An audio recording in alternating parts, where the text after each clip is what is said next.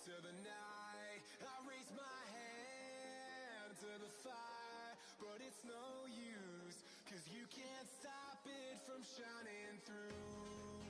It's true, baby, let the light shine through. If you believe it's true, baby, won't you let the light shine through for you, for you, for you, for you, for you,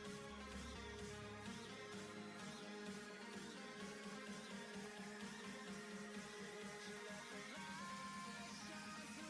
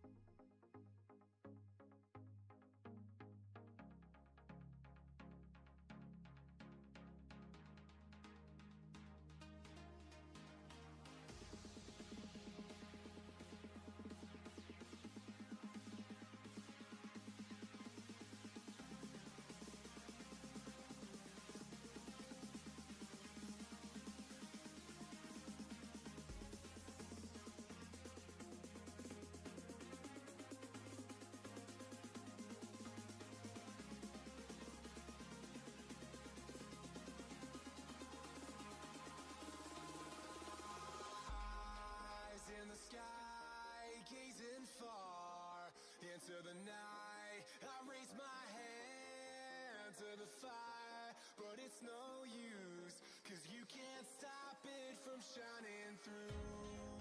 It's true, baby, let the light shine through. If you believe it's true, baby, won't you let the light shine through for you, for you, for you, for you, for you, for you, for you.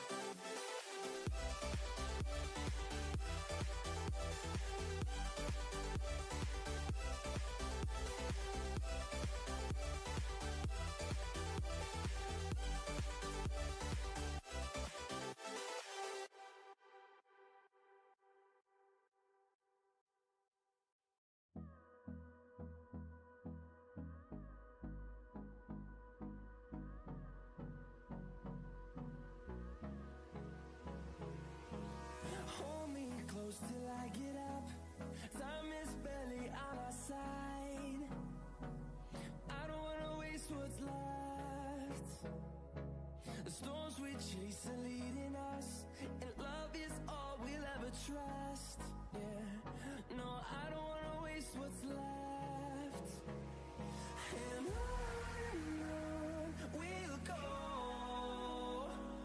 through the wastelands, through the highways, till my shadow turns to sun rays.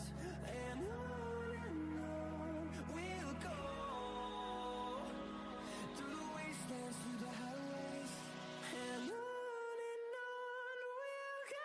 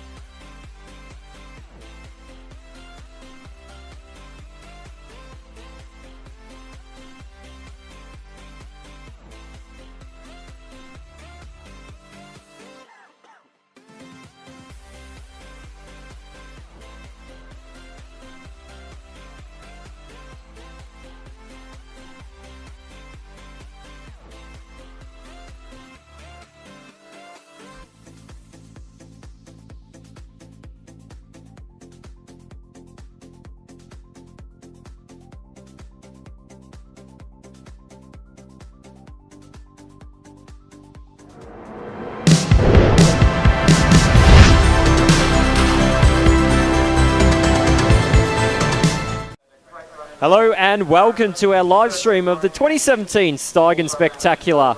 You're watching Athletics Exclusive here down in Landy Field in Geelong. My name's Lachlan Rayner.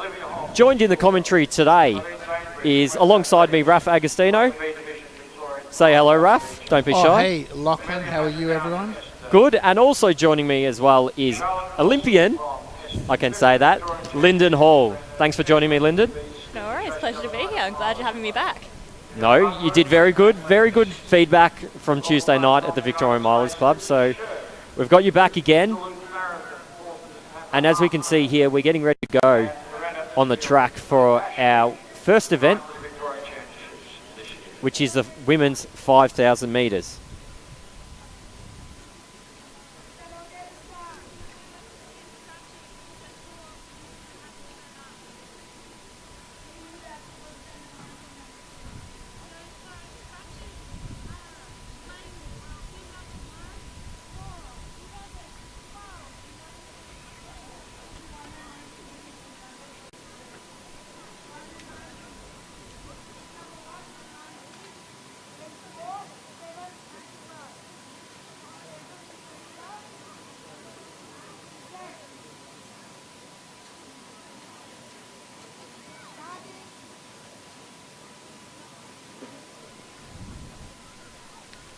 Alright, it's just before we're about to get underway with the first event, so we'll go through the entrance in the 5K.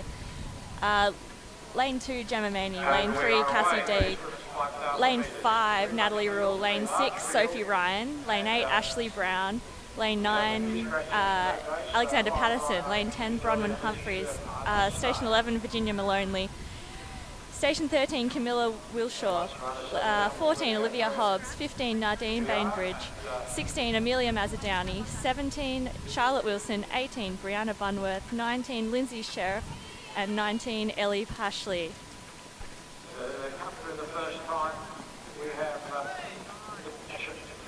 So we do have a jam-packed field here for the women's 5,000. We do have some quite top senior athletes as well, and we do have Amelia Mazzadowney here as well, one of our up-and-coming juniors who is going for a World Junior qualifier here as well in this 5,000 metres. And she actually qualified for the 5K last World Juniors, but unfortunately had to pull out late with injury, so hopefully she can have another chance.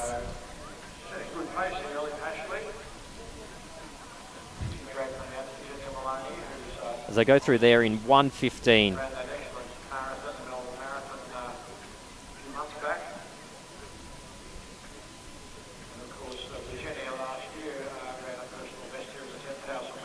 So it is Ali Pashley out in front there, just ahead of Virginia Maloney in second position. As we come into 500 metres into the race there, so Pashley there in the yellow, Virginia Maloney there in the white, and we do have Charlotte Wilson there on the outside.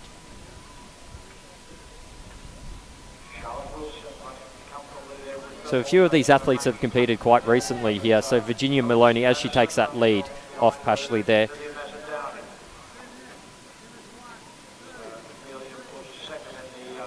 So did run the 10K at Zatopek, Virginia did, in 34:18:84 as well. So she's got a strong 10 kilometre time there. We'll see how she goes in this.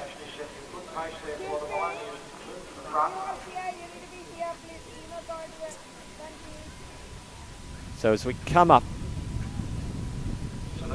800 metres into this 5K race here, we'll grab a time.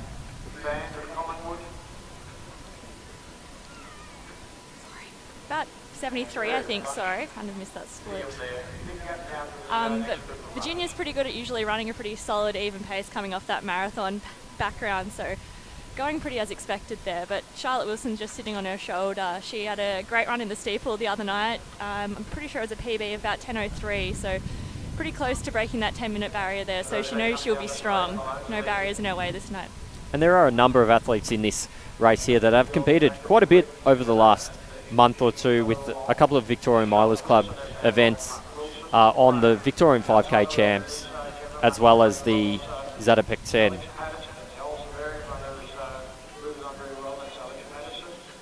So as we go through about 3:15 there in 1K. Yeah. So it is Charlotte Wilson.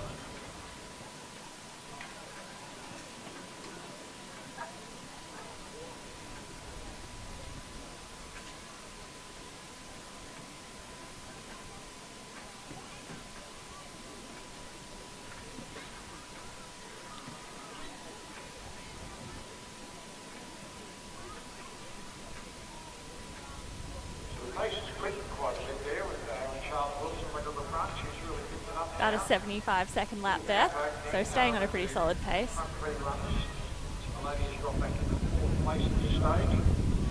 Slightly difficult to see where they are crossing through that 200 metre line from our position here at the finish line, but we will try and get those lap splits to you as best as possible. So we do have Charlotte Wilson here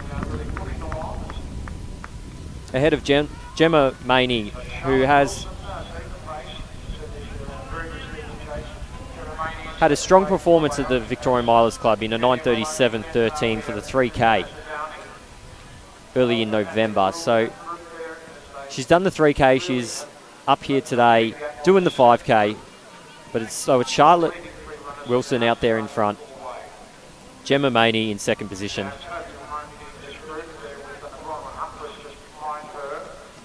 Yeah, both Gemma and Alex have got strong backgrounds and results in cross country recently, being world cross teams and national cross champions, so you expect them to be strong. So have you done many 5Ks yourself, Lyndon?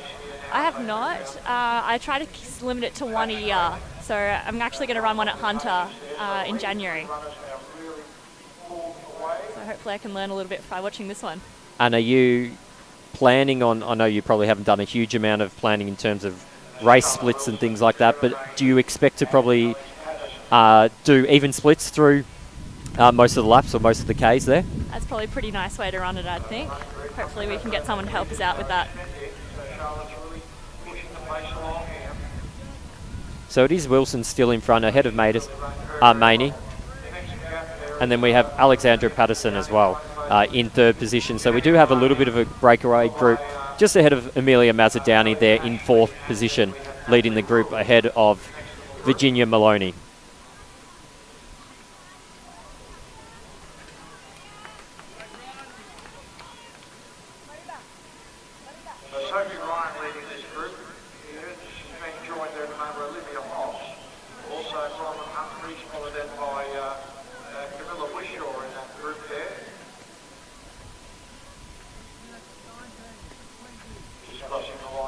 And Charlotte looks pretty happy doing all that work out the front. It's pretty still night down here in Geelong, so perfect conditions really for a 5K. And we did see them go through the 2 kilometre mark there in about 6:23, so I've got them roughly down as going through a 16:15, which is 78-second laps. So they are a little bit ahead of that 6:30 through the 2K there, so I'm not exactly sure what they are trying to go through.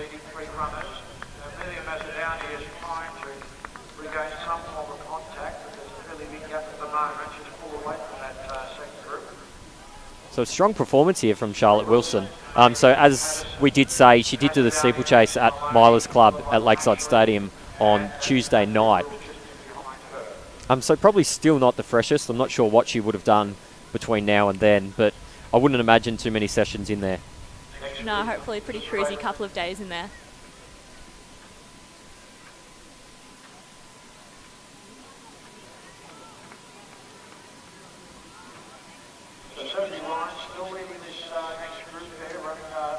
So as we come up to 2,400 metres, we're almost at the midpoint here. In about 7:40. So they are pushing the pace. They are a little bit ahead of the 7:48 needed to get that 6:15. So we do have Charlotte Wilson in, seated with a time of 16:19. So she is well on pace to be able to break that time here with her performance. So, but she is doing a lot of the work. Not a windy day down here in Geelong, so she isn't battling the elements, and it's quite cool as well. So she's not having to waste energy on overheating or anything. And Gemma has run under 16 minutes before, PB about 15:56, I think. Saw that run up in Sydney about 2 years ago. So she's done that before, so she'd probably be looking to try and close and break that 16-minute barrier again.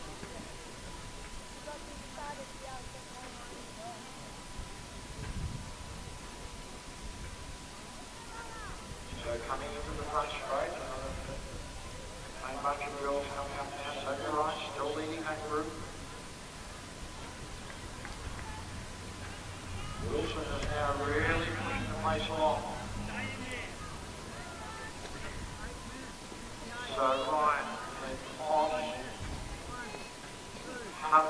So they're still well on pace there with about a 9-minute flat through 2,800 metres. About a 120 lap split there. So Has backed off just a little bit, but you sort of expect that sometimes. You're a little bit keen that first half of the race, get going and get into it, but this group should settle down together pretty well and hopefully push each other. But Gemma does look like she's getting a little impatient, the way she's come out a little bit and sort of moving onto Charlotte's shoulder a little bit. And Jen Maloney's come past Amelia in that fourth spot now.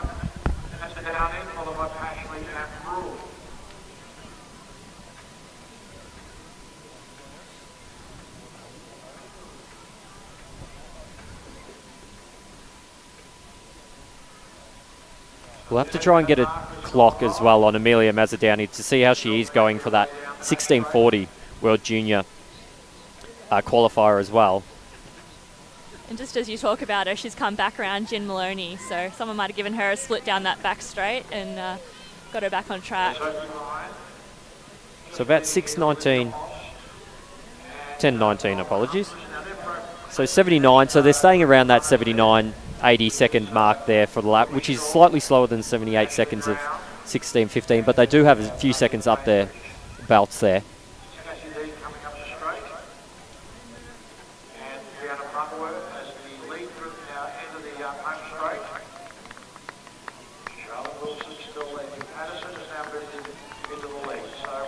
And Alex Patterson's taken over the lead now.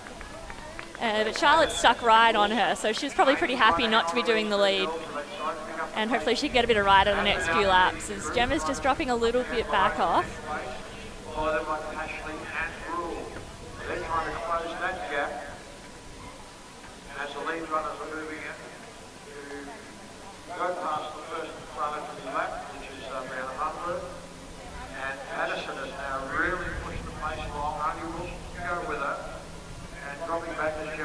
Yeah, and I know Alex has been doing a fair bit of training with Melissa Duncan over the winter, sort of last few months, and she says she's very strong over the threshold and long stuff, so this is probably one of her favourite events, to be out here and just hit a pace and keep going.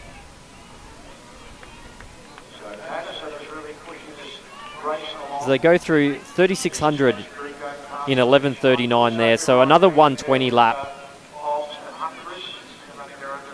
Still have a few seconds on that 16:15 here. But do you expect them to try and pick up the pace now?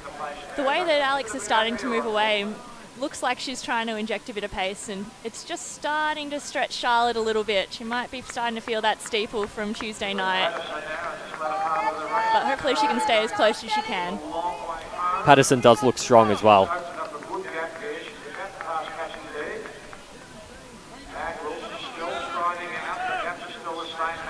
And this second group's really starting to string out now, so they're obviously starting to feel the pinch of the pace.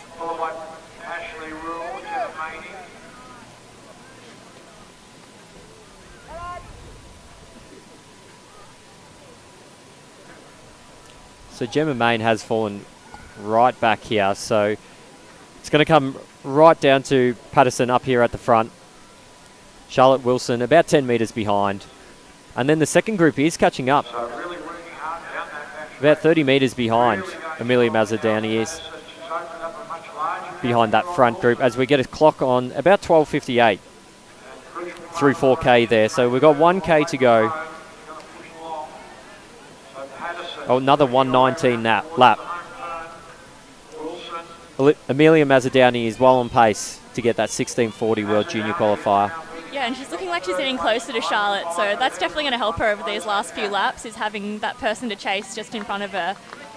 And it doesn't look like Charlotte has actually slowed down. I think we have to give credit to Patterson here for picking up the pace. Charlotte is still moving along here, so they are hitting the 119s, the 120s, and Amelia is catching up to them. Really strongly. Wilson has it down. He's worked really hard to try and bridge this gap. Maloney hanging on to it. Followed by Ash. So about 13:42 for Amelia there with 2 laps to go. Gemma May's in next place. So as we do see, we will look at Amelia Mazzodown here. Virginia Maloney is going past her, so we'll see if Amelia can try and jump on there and try and hang on as long as possible. It's hard, but only 700 metres to go, so we'll see how much of a ride she can take off Virginia there. As we turn our attention back to Patterson up the front, 14:16. So still well under that 16:15 pace there, and we've gone back to 78-second laps, so they are still going. They are increasing the pace there, so she's still feeling good. So they're coming up and they're going to get that wonderful sound of the bell. So Patterson's got just a very short run down this straight to get the bell. Wilson's still holding second place. Great battle between Maloney and Mazzodown. So here's the bell for Patterson. 1 to go. Wilson. Maloney in third place. Mazzodown and Ashley. So we're coming down to about 350 metres to go. Patterson is striding out even more now. Charlotte Wilson is going with her as well, so she's probably got a little bit too much there. Patterson does look still quite strong, so Charlotte's going to have to work hard to try and get back on if she can in second position as they do come up to. Yeah, they both look like they're moving at very similar paces, but that gap might be too much now. I think Amelia went through with about 1:40 to be under that 16:40, so that looks pretty good and pretty achievable for her from here. Alex Patterson, under 200 to go now. So another 119 lap there for Patterson. As we do come into about 150 metres to go. She is striding right out of here. Charlotte Wilson isn't going to let her do it easy, though. She's going to have to work all the way to the finish line. Those sprinters move off the track, please. And coming down the straight now, Patterson. So she does come down the straight. Charlotte Wilson is coming here. We'll see how we go. Patterson's going to go all the way through the line. Charlotte Wilson is digging deep, though. Patterson looks to probably get it. 16:10:40 unofficial time. A great run there. Let's get a clock, if we can, on Amelia. That's 16:20 for Amelia, so well under that qualifying. And I think that's a PB as well by about 7 seconds, according to our information. So pretty solid day for her. A great run there by all the girls up the front. And Amelia, we do have to take note that she did lead that second group as well for a lot of the way. So she was doing a lot of the work. So coming through now, Gemma May's finishing next.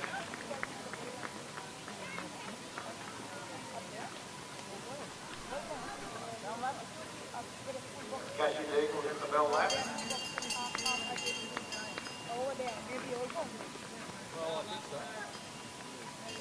Brianna Bunworth, she will also have a lap to go.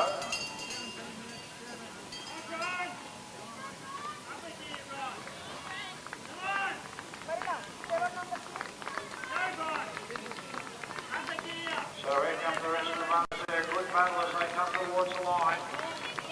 It's going to be a late run there by Brown from Humphreys coming through next place with Sophie Ryan. Followed in by Olivia Hobbs, Camilla Wishaw, Nadine Bainbridge.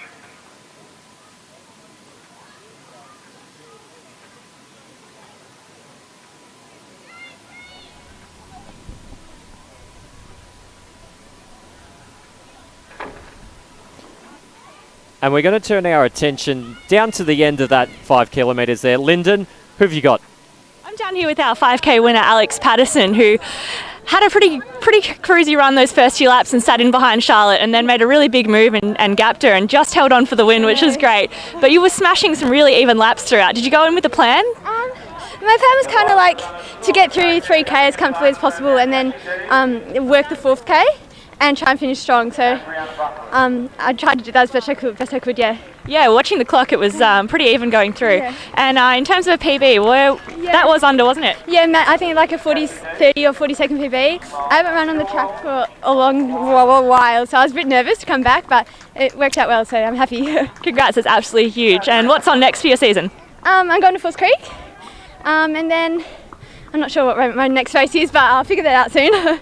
Sounds good. Well, Yeah. good luck with the rest of your season. Off to a you. cracking start. Thank you. Thanks All so right. much. And now we're going Thanks for that, Lyndon. And we're going to turn our attention to the 100 metres. Raf, take it away. 100 metre start. We got lane 3, Hannah Bassick. Lane 4, Nana Odama Owasu Afrai. In lane 6, we got Kendra Hubbard. And in lane 7, we got Georgie Bowl. I don't know what your pick for this one is, Lachlan, but I think Hannah Bassick in fine form will probably take this one out. Well, it's a bit of a shame. We do have Ash Whitaker and Evie Bays down there as scratch. So Ash would have been great to see in this race. We're not sure why she did scratch there, but we did get notice a few days ago. So, and a few close times as well. So we do have Nana Owusu and Kendra Hubbard there with two of the strongest times in this race. That's very true. With Ash Whitaker dialing in at 11:43, she certainly would have been the favourite going into this race. Please come to the central area. But yeah, we'll just have to wait and see. So that you can be presentation area, please. So that's Isabel Napier. Doesn't look like they're far from the start. Please come to the presentation area, front straight. Thank you.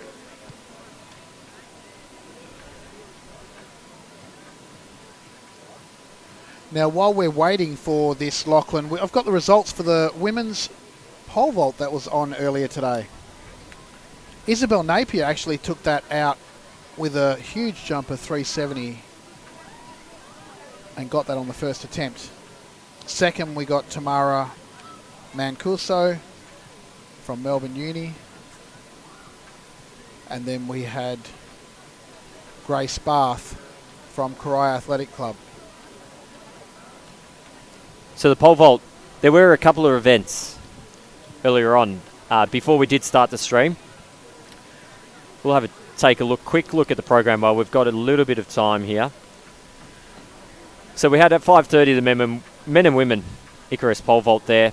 We also had the Super Boot, which we can still see going on the infield here. So I think we've got a few, from my understanding, we've got a few Geelong Falcons TAC Cup players out there. So it's good to see them down here at a track meet, and a great initiative by Steigen for this Steigen Spectacular.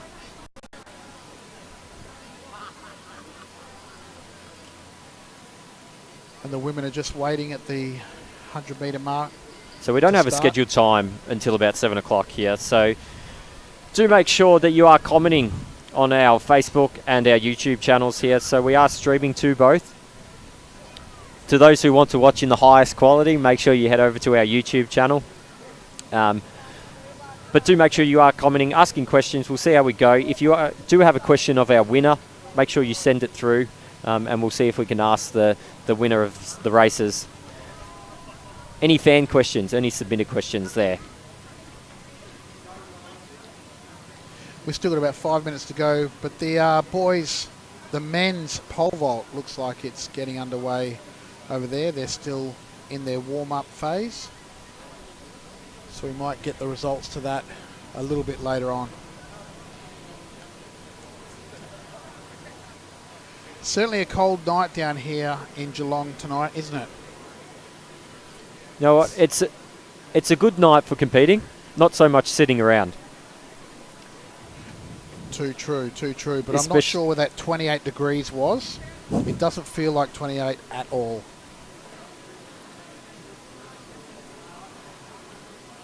But Lachlan, what I love is that I've actually never been to an event like this, but the crowd is really building here.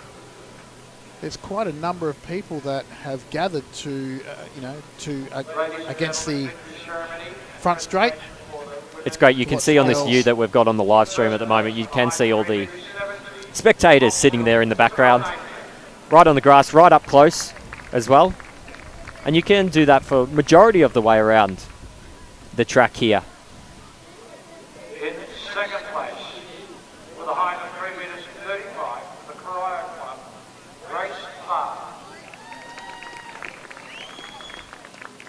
And in third place, with a height of 3 minutes 35 also, from Melbourne University, Tamara Mancuso.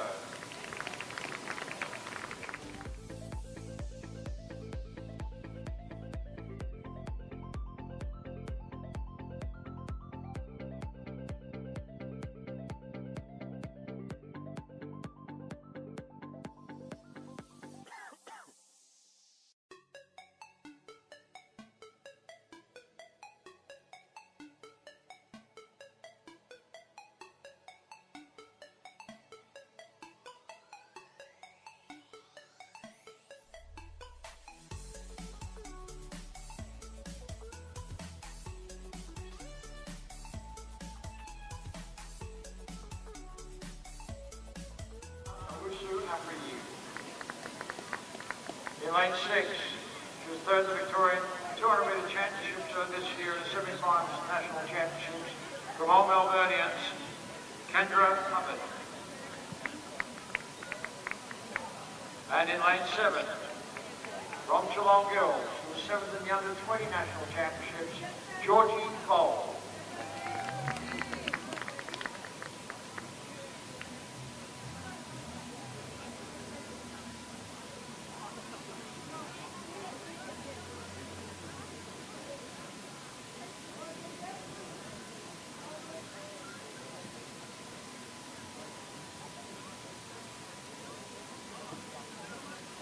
Okay, we're ready and waiting and in the starters' hands now. The girls are just getting set up on the blocks, as you can see on the screen. Going to be an interesting race, this one. But hopefully I can see who gets a great start here. And we're off and racing, and it looks like Kendra's got a great start out here. With Nana in front, it looks like Nana and Hannah Bassick right on her side. Looks like Hannah Bassick's going to take this one. No, it's going to be Kendra Hubbard through for the first, Nana second, and Hannah Bassick in third. What a great race. Very quick time there. 11.95 there for Kendra Hubbard.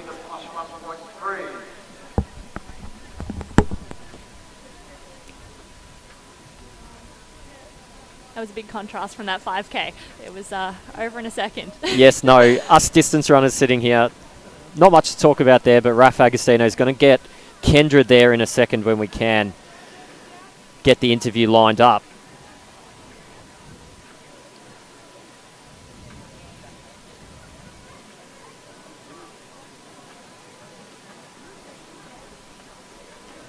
And I think we have Raf Agostino down there. Raf, we're going to throw down to you. Who have you got? Great race there. Kendra, tell us about your race. I think I got out reasonably well. Start's not my strong point, so got out okay and just tried to relax and finish off. Good work. What's next for you in the up and coming weeks? Well, tonight I've got a 4, so that's in about an hour. And then probably head to Canberra in Jan, ACT state champs. Get ready for that, and then get ready for nationals in mid-Feb. Fantastic. The ACT State Championships at January 26, Yeah. 27, 28. So we'll be looking forward to seeing you there. Lachlan, back to you for the start of the men's 100 race. Thanks for that, Raf. And we'll get you back up here to commentate the men's 100 here. Scheduled to start at 7:05, so we do have a little bit of time here, as we do see them getting ready down the front straight. We'll see if we can get a view of the crowd building here. It's a great atmosphere here at Landy Field.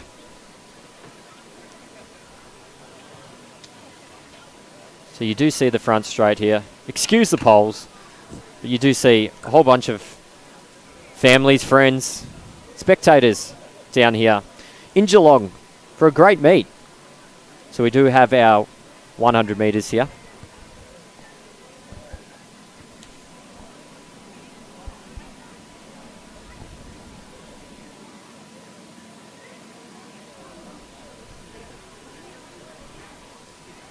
Next event on the track will be the... Okay, we've got 9 men who are starting this race. In lane 1, we got Fraser Paul. In lane 2, we got Scott Sidley. In lane 3, we got Bokai Java. In lane 3, we got Jake Penny. In lane 5, Jacob Cesar. In lane 6, we've got Will Johns. In lane 7, Lachlan McPherson. In lane 8, we have a scratch of Nathan McConchy. In lane 8, we've got Callum Kissop. And in lane 10, we've got Joshua Payne. Joshua Payne being the youngest of the starters here. But certainly I'm going to be looking out for lane 5, Jacob Cesar. Jacob not only has the one of the quickest times tonight, he's just in great form. He's looking really good.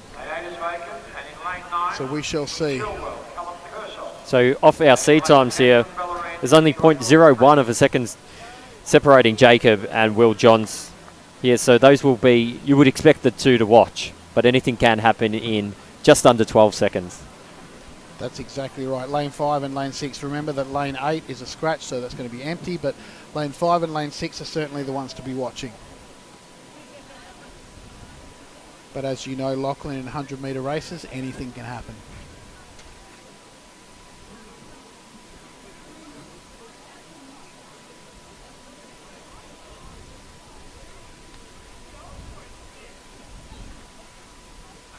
And we've got a false start here. I'm going to let the officials choose what happens there.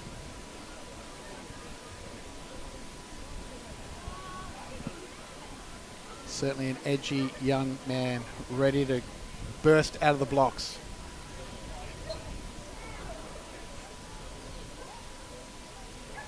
Okay, it looks like they've let that one go.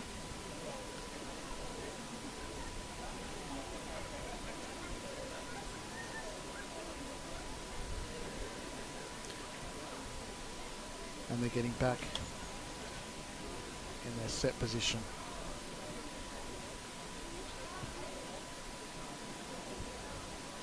Let's see if Will Johns can hold his start here. They're off and racing. Will Johns got a great start, but Cesar looks like he got a great start there.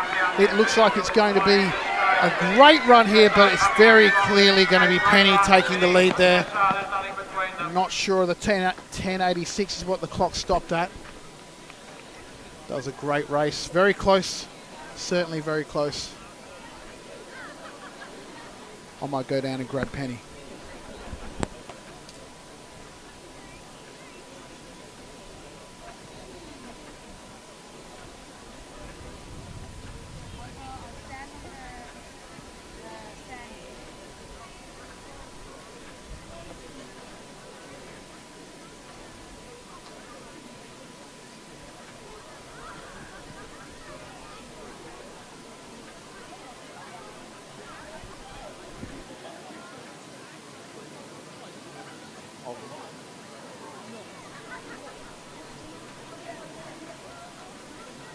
And it looks like we've got Raf Agostino down there with the winner of that 100 metres. Raf, take it away. Great run there, buddy. Tell us who you are. So I'm Jake Penny from Geelong Guild. Excellent. So you're a local boy? Local boy. Coming down to a local track? Yeah, that's what makes it even better. Now tell us about your race. So I got off to a good start, I felt like, and then the end I think I pushed a little bit harder, so it felt really nice. Excellent. Did it make you a little bit nervy with that false start there? It actually really did. It was more than I thought it would, but it felt good. So. But that second time round, that was a fantastic start. As you said, you're certainly out of the blocks. You were like 2-3 minutes in front of there already, which is great. Where to for next? What's next for you? I'll probably try qualify for Nationals, which is in Gold Coast. So I'll see how I go. Haven't got a time yet, but I'll see. What are you chasing for a qualifier? Probably around I think it's around a 10.79, I think. But good job. Well, you weren't far off the pace tonight. Well, we'll look forward to seeing you at the selection trials on the Gold Coast and then maybe even Com Games, hey? That'd be nice. Very nice. Excellent. Great run. We'll see you a bit later. Thank you. We're back to you, Lachlan, for another race. Thanks for that, Raf. And we're going to turn our attention to the women's, a few of the under-16 races here. So if we have a look at our program here on the night, we're up to our under-16. So we do have at 7:10 the women's under-16 B race, followed at 7:15 by the under-16 800 metre A race. And then we do have the two boys ones there. So we have the under-16 800 B, followed by the under-16 800 metre A race. They're scheduled to go at 7:10.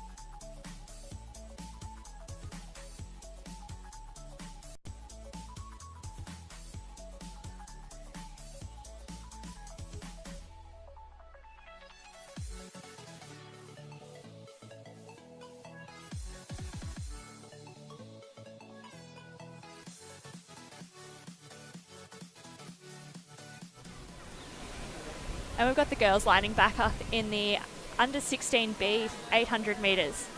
So lane 1 we have Caitlin Charles running unattached. Lane 2 Amelia Taylor running for Athletics Chilwell. Lane 3 Olivia Richardson running for Geelong Guild. Lane 4 Abby Kenny, Knox Athletics. Lane 5 Jazz Skirk, Geelong Guild. Lane 6 Georgina Mees, Ballarat YCW.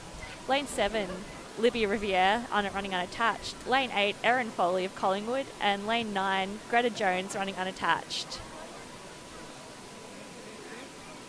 Next event on the track is the... So we've got quite a young field here of girls, right through from 11 to 14. 800 metres, the race.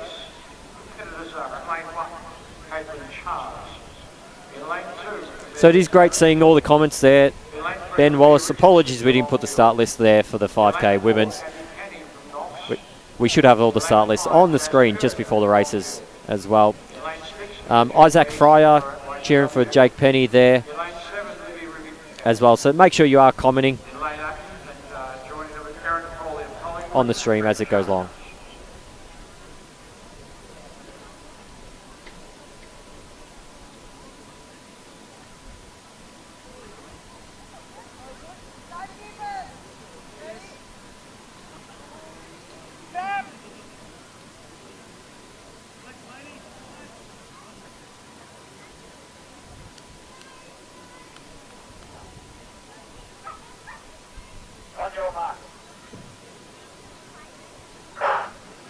And the girls are off in this B under 16 800 metres. And our Geelong Guild athletic Olivia Richardson comes in with the fastest seed time. And it looks like we can see a Geelong Guild athlete going towards the front.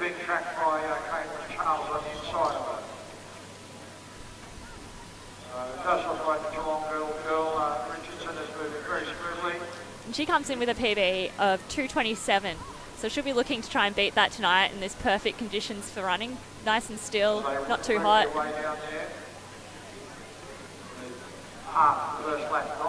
But she's been followed by her clubmate and Amelia Taylor. So hopefully these two can work together as they come round the bend into the straight for the first time. Home turn, Olivia Richardson, of course, took off very, very quickly at the start. Has set a nice pace for these girls, riding very comfortably as they come down towards the bell lap. So Richardson leads from Taylor, then Skirk. So they've come through in about 68 seconds, so well on track to run some PBs if they can hold on this second lap. But Olivia Richardson is starting to open up a little bit of a gap on her teammate Jazz Skirk and fellow Geelong athlete Taylor.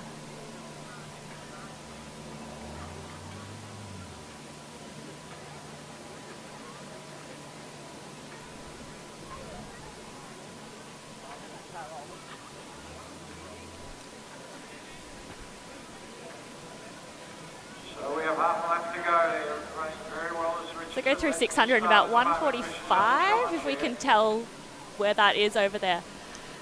So looking pretty good to run a PB tonight, I'd say. And a strong performance from Olivia Richardson to be able to lead an 800 metres the whole way is quite tough as they come into 100 metres to go. Yeah, and she's looking really strong even after doing all that work.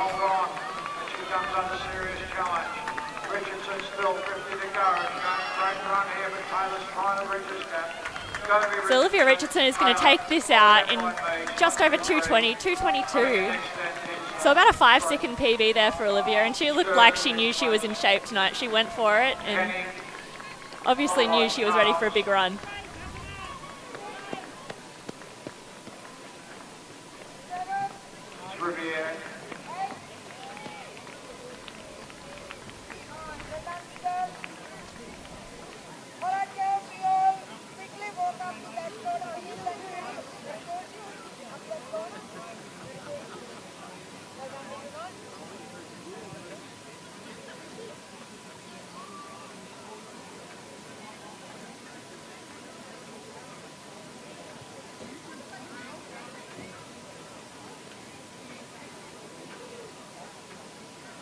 Ladies and gentlemen, victory ceremony medal presentation for the women's 100 metres.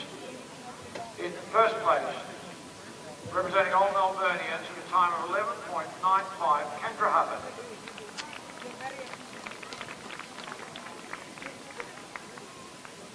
In second place, representing Box Hill at a time of 12.09, Nana Owusu Afriyi.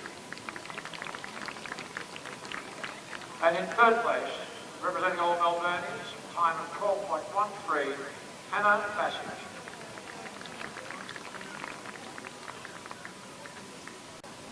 Okay, we're turning our attention now to the women's under 16 800 metres A race. In lane 1, we've got Jacinta McFarlane. In lane 2, we've got Freya Dess. In lane 3, Cassidy Bradshaw, who's just finished off pole vault. In lane 4, we've got Sky Ellis. In lane 5, Mia White. In lane 6, Megan Dixon. In lane 7, Amber Lowe. And in lane 8, Ella Stiles. Who's your pick for this one, Lyndon? Oh, well, I believe Ella Skies was our only athlete who competed at the All Schools and came 12th over there, so you'd like to think she's in form after that big competition. I couldn't agree more. Geelong College is certainly going to be proud to have her. They seem to plaster her on every newsletter they put out. They're very proud of her performance. She came 6th in the Vic Juniors, actually, in the 1500, so that's only in February this year. It's not that long ago. You know she'll be strong if she's used to running the 15. Only running half as far, she'll probably enjoy that. We'll just have to see. Western Athletics has also got Mia White, and Mia White's certainly one to keep an eye on too in lane 5. Here's a fun fact, she actually captained the Team Vic cross-country team, which you've been part of at one point. A long time ago now, but A yeah. long time ago.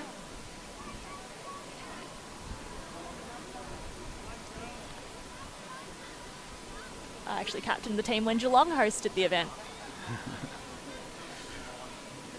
Freya Dess is certainly another one to watch as well. So there's a few to keep an eye on here, but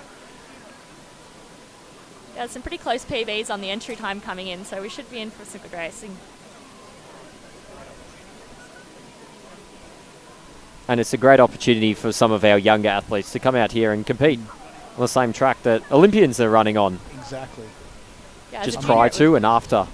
Oh, how exciting. Morgan Mitchell's going to be taken to the track later on. I certainly am excited by that one.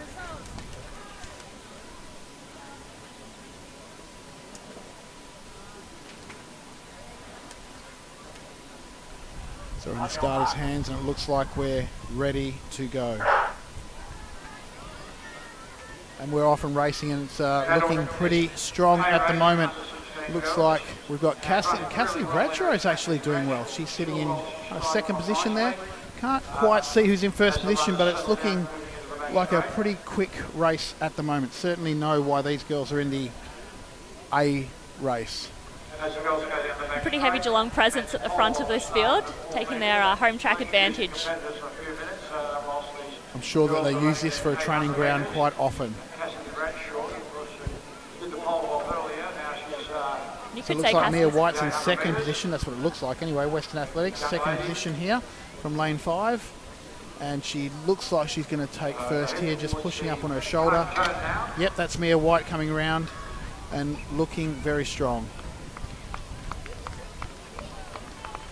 But Sky Ellis is the one we've been talking about certainly at the start of the race here. And she's pushing pretty hard, coming round here at about a 65, which is not too bad there, toe for toe. Yes, they're on track for a pretty speedy time there, which is good. And these two are really going to push each other over the next lap. Alice is doing really well there to hold White to the outside. She is making her run a little bit further. So she's doing everything to try and hold her off. Yeah, it looks like she's starting to just gap a little bit ahead down the back straight. As they go down the back straight, the pole vault bar has been raised for 20. As Looks like Alice has certainly pulled away there with a bit of a gap there. Yeah, and she's looking really strong, really upright, still running. So you think she's probably got it in the legs to hold on for this win. About 150 to go. Spreading this field out now with about 150 to go here.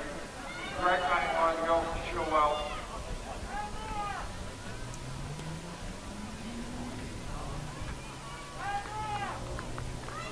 So she comes in with a PB of 2:17. So we could see her get pretty close to that right now tonight. It's a great run from Sky Ellis and another fantastic run from Mia White as well. So Mia White coming through in second with Megan Dixon coming through in third. That's a bit of a surprise, that one. That's fantastic. So good to see the sportsmanship and the girls patting each other on the back, congratulating each other. Love that sportsmanship in athletics. Yeah, these girls probably race each other week in, week out. They're probably great friends off the track. Too true. Could I please ask the place getters at the 100 metres? Four men. Jane Penny, Will Johns and Roy Java to come to the presentation, please.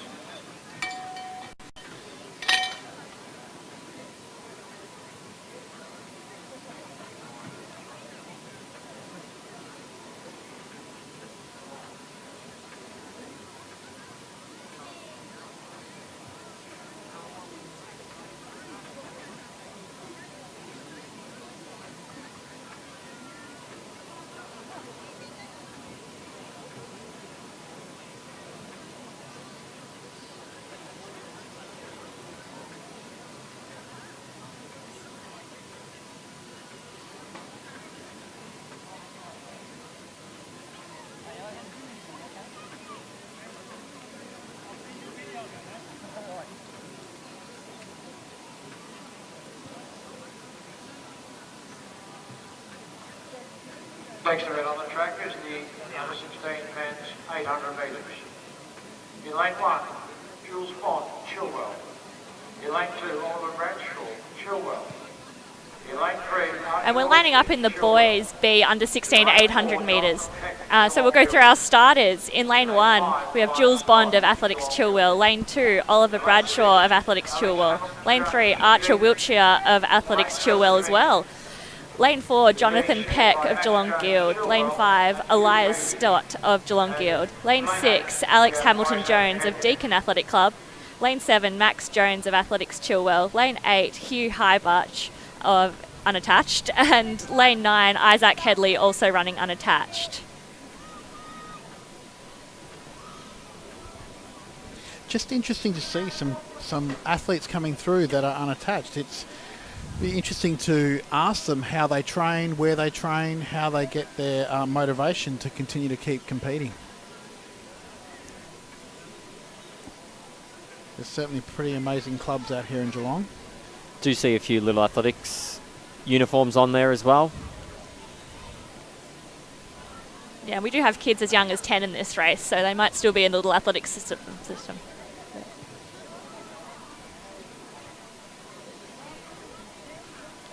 So which one's your pick for this one, Lyndon? Oh, they all do come in very close together. So it's hard to call, really. But our quickest time coming in comes from Elias Stott, the Geelong Guild athlete, in 2:24. So I guess he'd be the favourite going in. Too true. And Jonathan Peck there at 2:25. I mean, in an 800 metre race, 1 second really isn't a great deal. You can sort of make that up in a stride or two, but if we're talking a 100 metre race, of 1 second is a huge gap.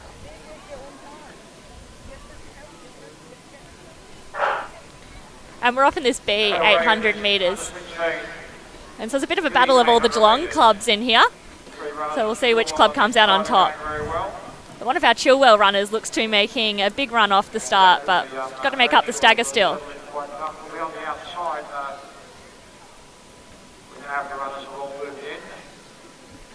With this stagger as well, a lot of them being younger and going through the Little Athletic system, not a lot of Little Athletic centres would run the actual stagger. So it would be quite new for a lot of the athletes in this race. Normally they would start at the stagger at the actual start line. Yeah, it does make it a bit different having a whole lane to yourself. But this race is really starting to break up, and we've got the 2 Geelong Guild athletes who have gone to the front.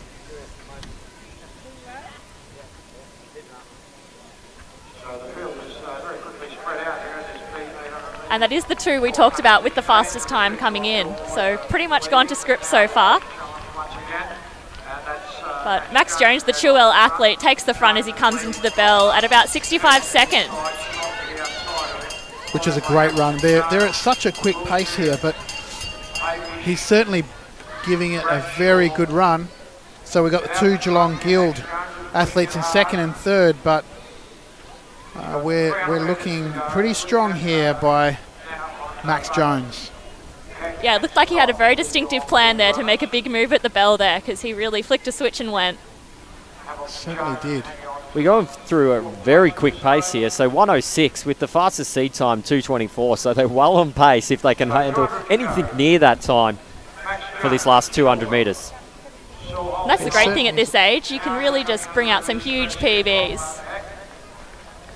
But look, we've got another change in the front here. I'm not sure if it's Jonathan or Elias, but I think it is Jonathan Peck, I think, if I can read his bib name. So Peck's come out in front, and huge kick here. Left a lot in the tank to run through, and looks like it's going to be a big PB from my understanding.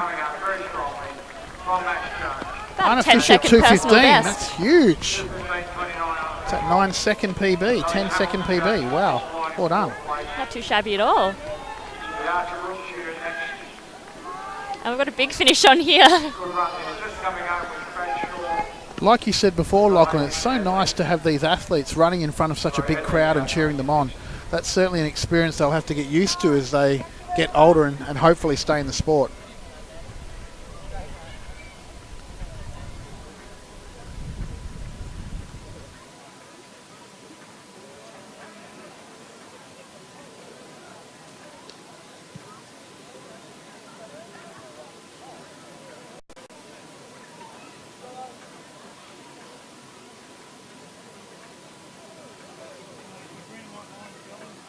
Ross will wait for the next event. Just introducing quickly the pole vaulters to you. Liam Harris from Phil, Lachlan Burns, Chilwell, Max Michenko, Essendon, Nicholas Massini from Melbourne University, Dalton DiMatteo, Box Hill, and Blake Lucas of Box Hill. And the 2 leading vaulters in this are Blake Lucas, who has a personal best of 5 metres 55, and Max Michenko, who has a personal best of 5 metres 23. So we should go a fair way tonight.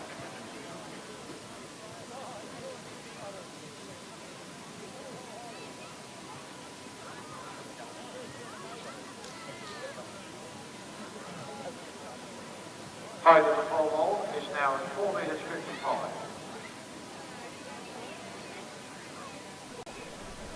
And in the last of our junior 800s, we're on the 16A race. So in lane 1, Kane Harrison of Athletics Chilwell. Lane 2, Jaron Hobbs of Athletics Chilwell. Lane 3, Josh Berry of Deakin Athletic Club. Lane 4, Oliver Wiltshire of Athletics Chilwell. Lane 5, Nicholas O'Brien of Athletics Chilwell.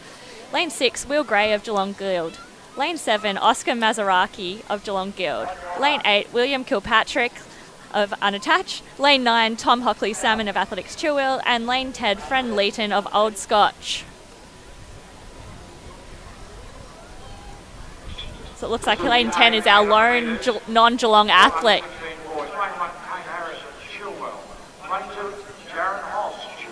And Linda, just looking at the times that they've dialed in, that Nicholas O'Brien, 1:59, is the only one to come under 2 minutes. So he's got, from what he's got down, he's got 12, 13 seconds on any other boy here. So he's certainly one to be watching in lane 5. Yeah, certainly. We've got quite a big build here in 10 guys, sorry. So it might be a bit bunchy compared to some of the other ones.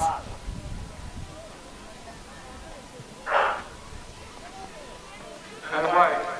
10 in this field, and 5 big coaches in the A race, running along strong outside of Leeton from Old Scotch, but he's been tracked by Hockley Salmon, who's moved up on Just as we predicted, it looks like Nicholas O'Brien from lane 5 from Chilwell has taken the lead here and got a very comfortable pace sitting in first position. Yeah, he's really created a huge gap in just 200 metres. He certainly has. He's maybe someone forgot to tell him that he's running 800 metres. Might get a bit surprised when he hears the bell.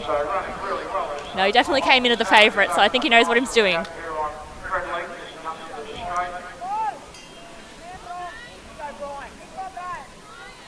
So Nick O'Brien leads Will Kilpatrick into the front straight. And they go through just under 60 seconds. That is a very fast time. And he's got a huge lead as well from, as you can see, or some of you can't see on camera, he's got about a 15-metre lead right now. The fact that you can't see it on camera tells you just how big a lead he does have. Too true.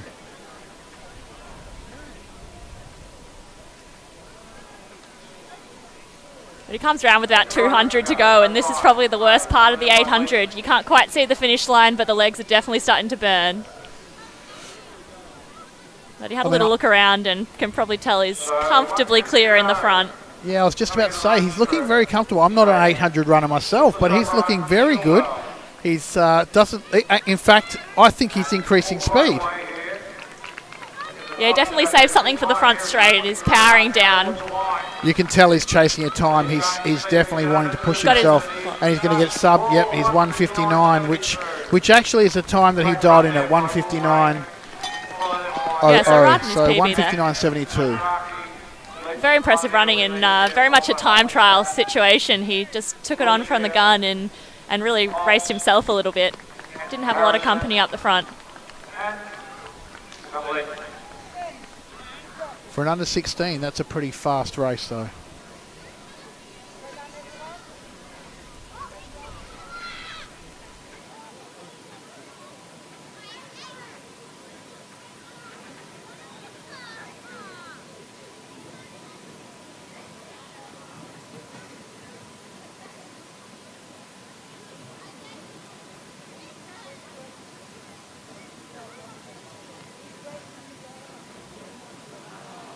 Victory ceremony and medal presentation for the men's 100 metres.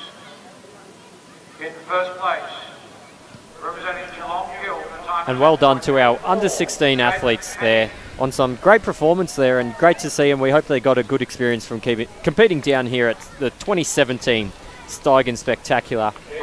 As you can see from our program on screen here, we do have a Rivers Gift Hope versus Santa 400 metres. We're not exactly sure what that is at the moment, so while we work that out, I think it's 2 mascots are going to race. So we'll see how we go. We'll see if we can get that on screen. And then we'll turn our attention to one of the events of the night, the men's mile,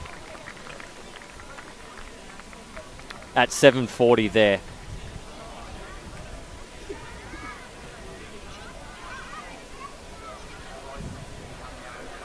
Next event on the track, we have Santa, who is going to be running.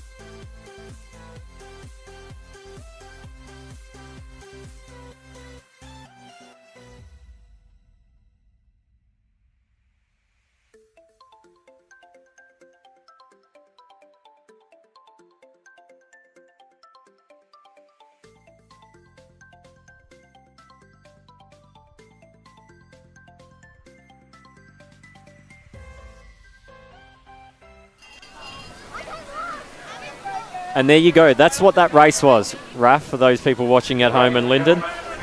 So great to see all the people out there on the track, though. But the kids having fun as well, which is fantastic. And Santa giving out lollies.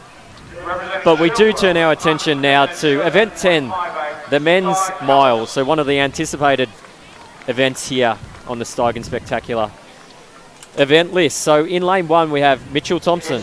In lane 2 we have Lachlan Mann. In lane 3 we have Andre Waring. In lane 4 we have Edward Baisha.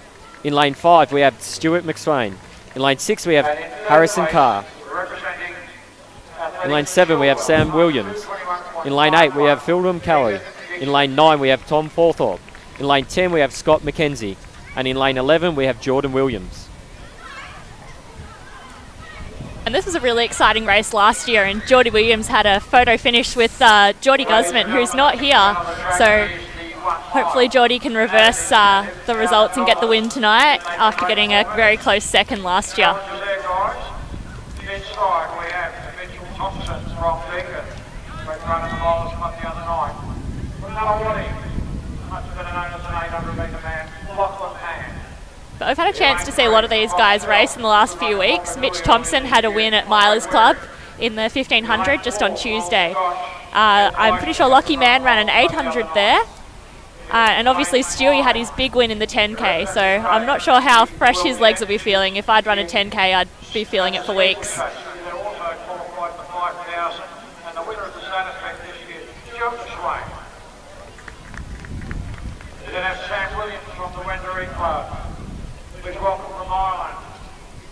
So a hot field here. So with Steigen Spectacular, and one of the things that I guess draws athletes to it is the prize money here. So we do have prize money on offer for the first 3, and then further prize money for the winner if they do break the 4-minute mile. So the 4-minute mile is 60-second laps, so it's quite quick. Yeah, and you've got that extra 9 metres, so you have to count that into your calculations too. 59.75.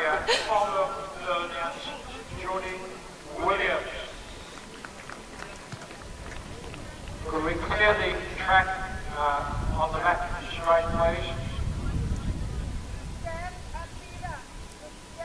And so the Irish athlete Kelly is pacing, so we should see him go straight to the front. And I've heard he's going 8 to 100, and Stewie's going to do a fair bit of work after that, I hear.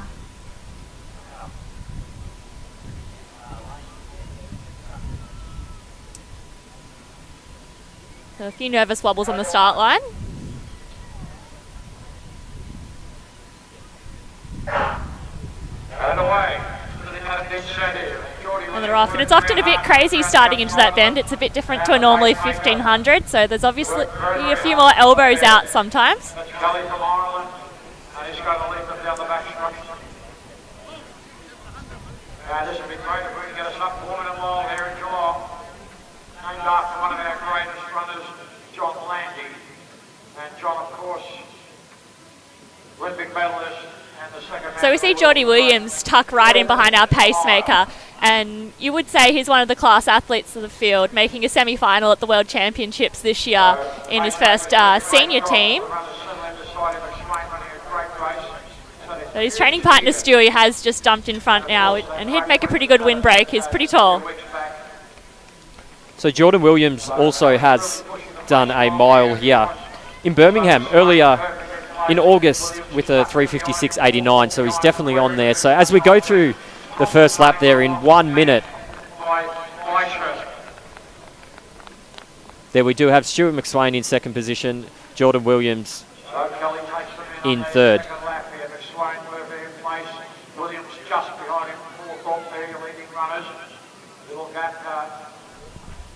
So we do still have our pacemaker out there in front.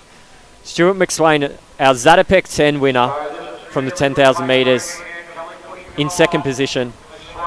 Jordan Williams there in third. So Jordan's got a good mile under his belt only a couple of months ago. Stuart McSwain's definitely the in-form athlete here with the 10,000 metres under his belt only a few weeks ago at Lakeside Stadium. As our pacemaker does jump off the track here, we come up to halfway through there. Stuart McSwain is in front. and looking very comfortable, I think. Yeah, just a smidge over 2 minutes there, so just a little bit off that 4-minute pace, but they have already done that extra 9 metres.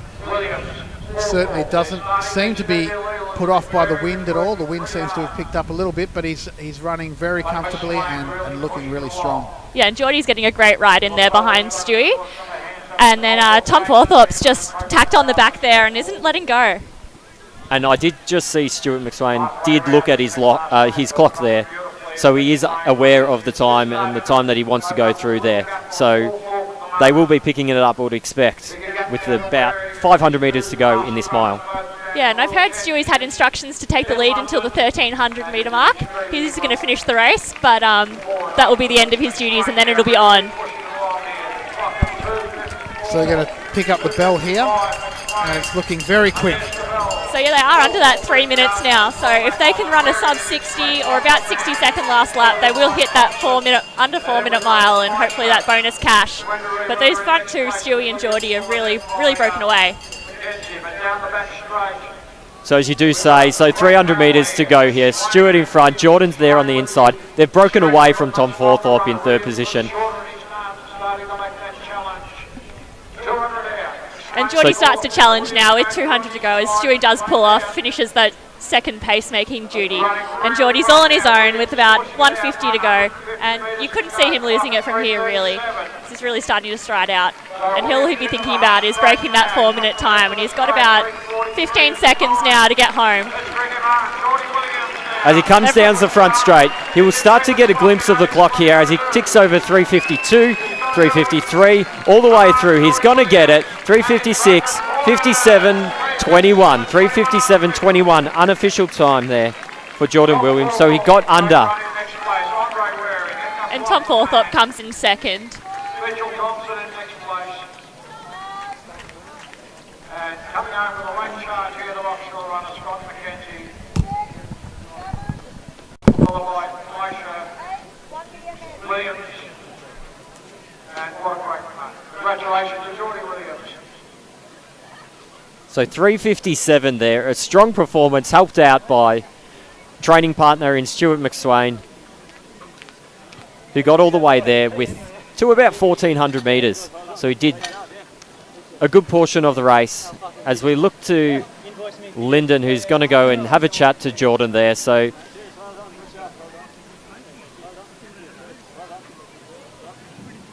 and it looks like we are ready. So we're going to cross down to Lyndon, who's got Jordan there. Stay right there, Nathan. Don't move, don't move.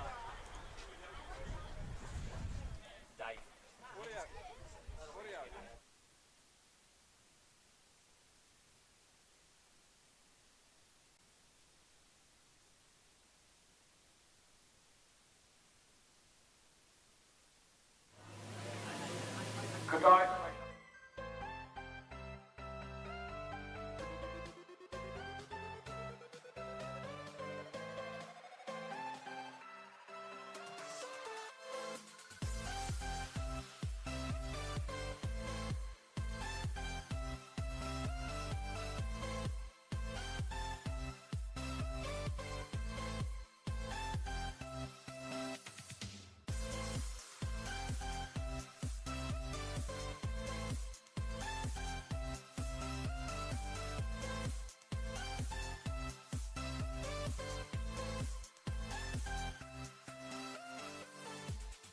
All right, and take two, I'm down here with Geordie Williams, who just got the win in the Steigen Mile down here. And after coming second last year, probably pretty happy to get the win.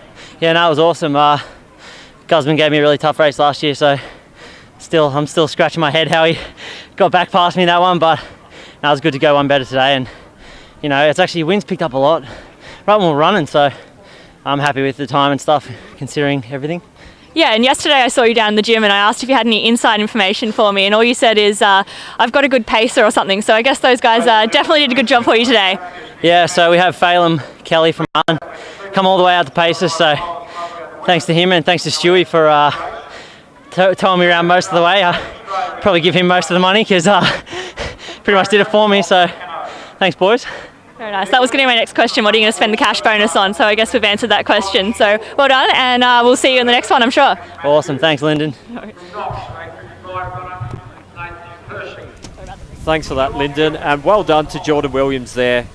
On a 3:57, an impressive performance. In what he was saying, is quite tough conditions. We were commenting earlier on that the wind had dropped down, but it is picked right back up now here at Landy Field in Geelong. And then Lachlan, just looking at the official results, Tom Forthorpe came through at a 4:04, and then Andre Waring came through at a 4:05. So about 6 seconds between first and second, which is pretty substantial, isn't it?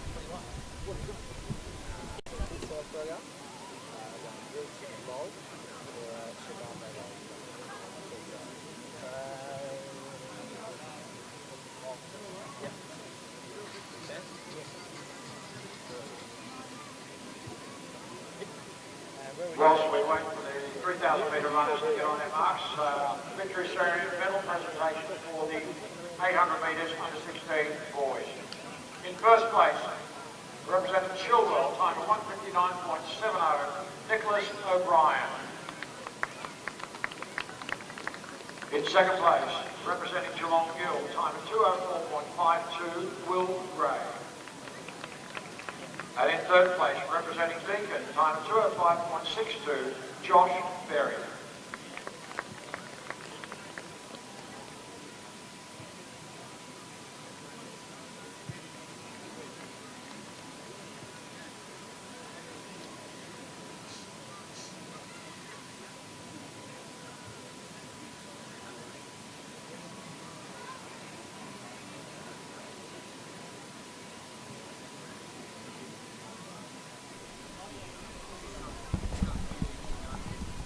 And we do turn our attention over to the back straight there for the men's 3 kilometre steeplechase.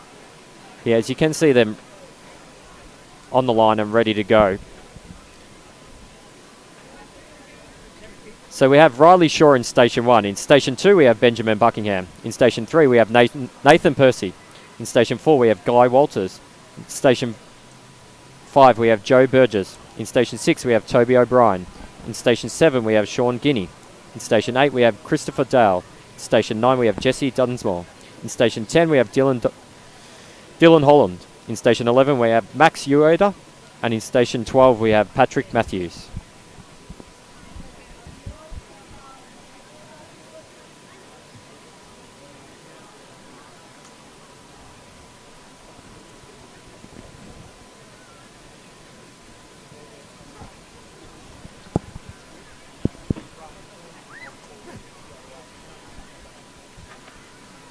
So we are underway here in the men's 3 kilometre steeple here. My tip for this race is Benjamin Buckingham in great shape. Has done really well at one of the Milers Club meets with a 3K time of 8:03 flat. Also ran at Zatopek with a 3:50 80 in the 1500 metres there. So he's in great performance here. We do have Sean Guinea out here in front, followed by Benjamin Buckingham.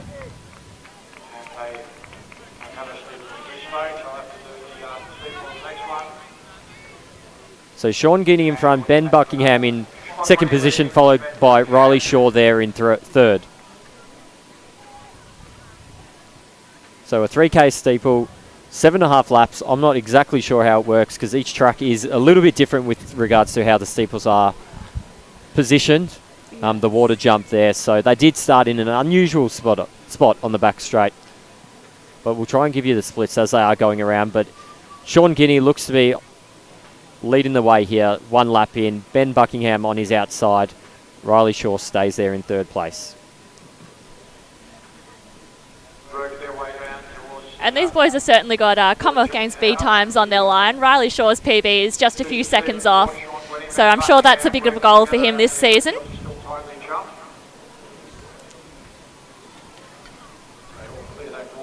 But looks like everyone got through the first water jump.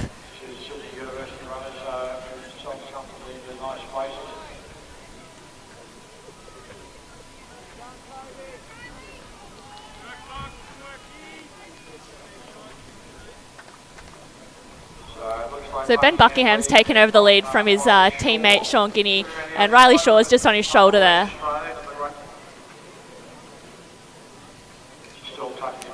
So as you were saying, the Com Games steeplechase 3,000 metres big qualifier is 8:45. So there's 70-second laps.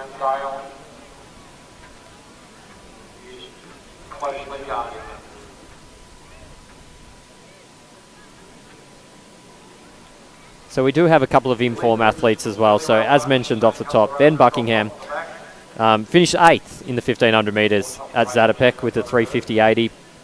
Riley Shaw was also in that race, finishing just behind him in 10th position with a 3:52.33. So they're the two athletes that have gone into this race with the fastest times.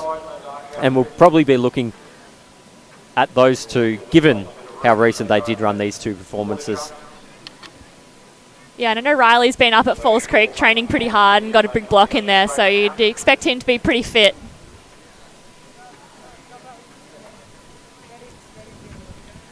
So Riley short, top short, Buckingham on his side, Dale is still in the third place with Reed. Old University runner in next place, followed by Burgess.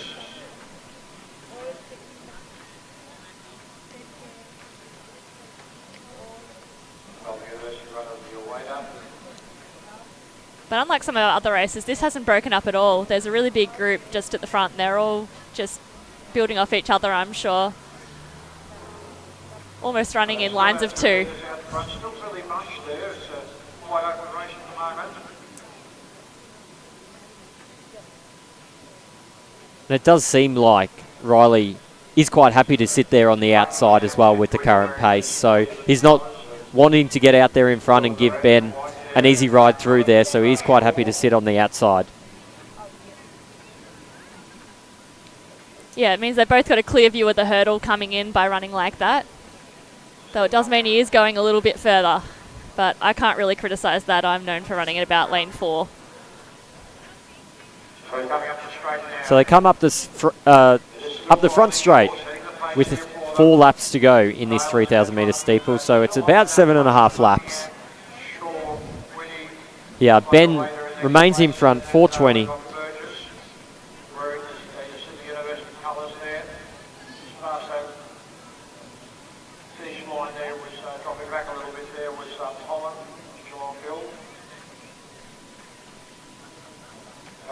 But they still haven't really lost anyone from that front group. They're all just running in a big train.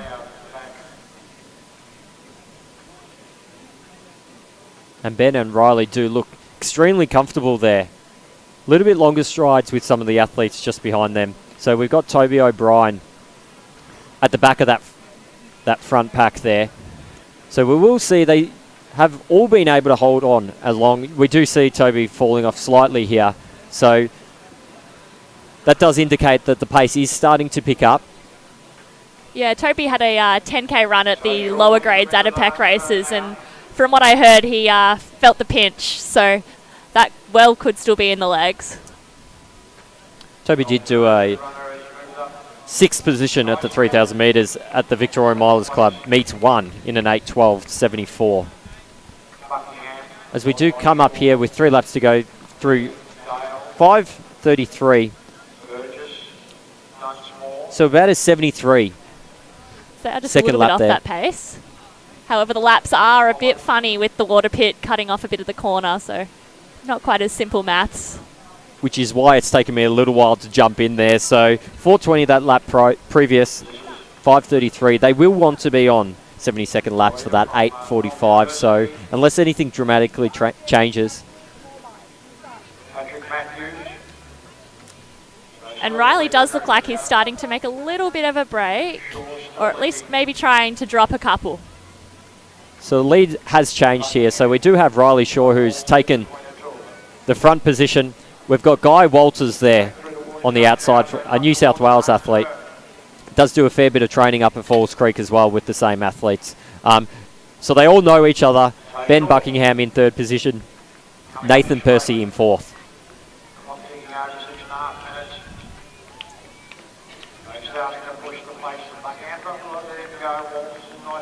So they come through with 800 to go, and everyone in that front 4 is still right there.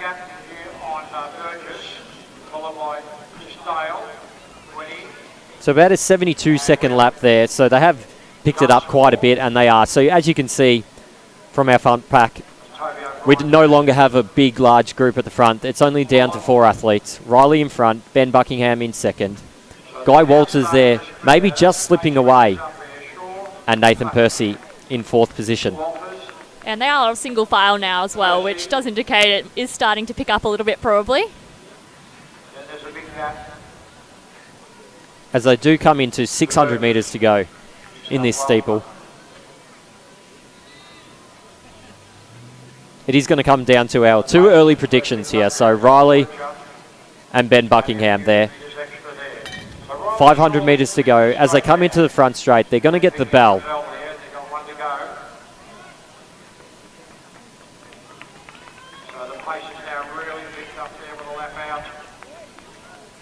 And our front 2 have cleared a solid gap on the next 2. They get the bell. So we did have a 69-second lap there, so the pace has picked up quite a bit, and you would expect it to finish quite strongly after quite an easier start for what some of these athletes can compete here with 300 metres to go. But Riley's going to take it in. Ben Buckingham has quite a deceiving style as well. I remember him coming over the top of the athletes in the 3,000 metres at the Milers Club Meet 1. Yeah, and that was a great result that night, and had a lot of people talking, definitely. But Riley is trying to drop him, but he hasn't quite managed to do it yet. He's just sticking on. And they come over the water jump as the last time. And they have just one more barrier to negotiate before the finish line. So it's going to come right down here to the last barrier. Ben Buckingham on the outside, Riley Shaw on the inside. It's going to come right down to the wire. Riley Shaw on the inside, and he's going to get it. 8:57.69. And do we think Riley Shaw got it there? We are slightly off the line. It did look like he eased up a little on the line. He probably did ease up a couple of metres too early then. Ben was right there on his outside. But a great performance there by both of the athletes. Riley, a great kick down to fend off.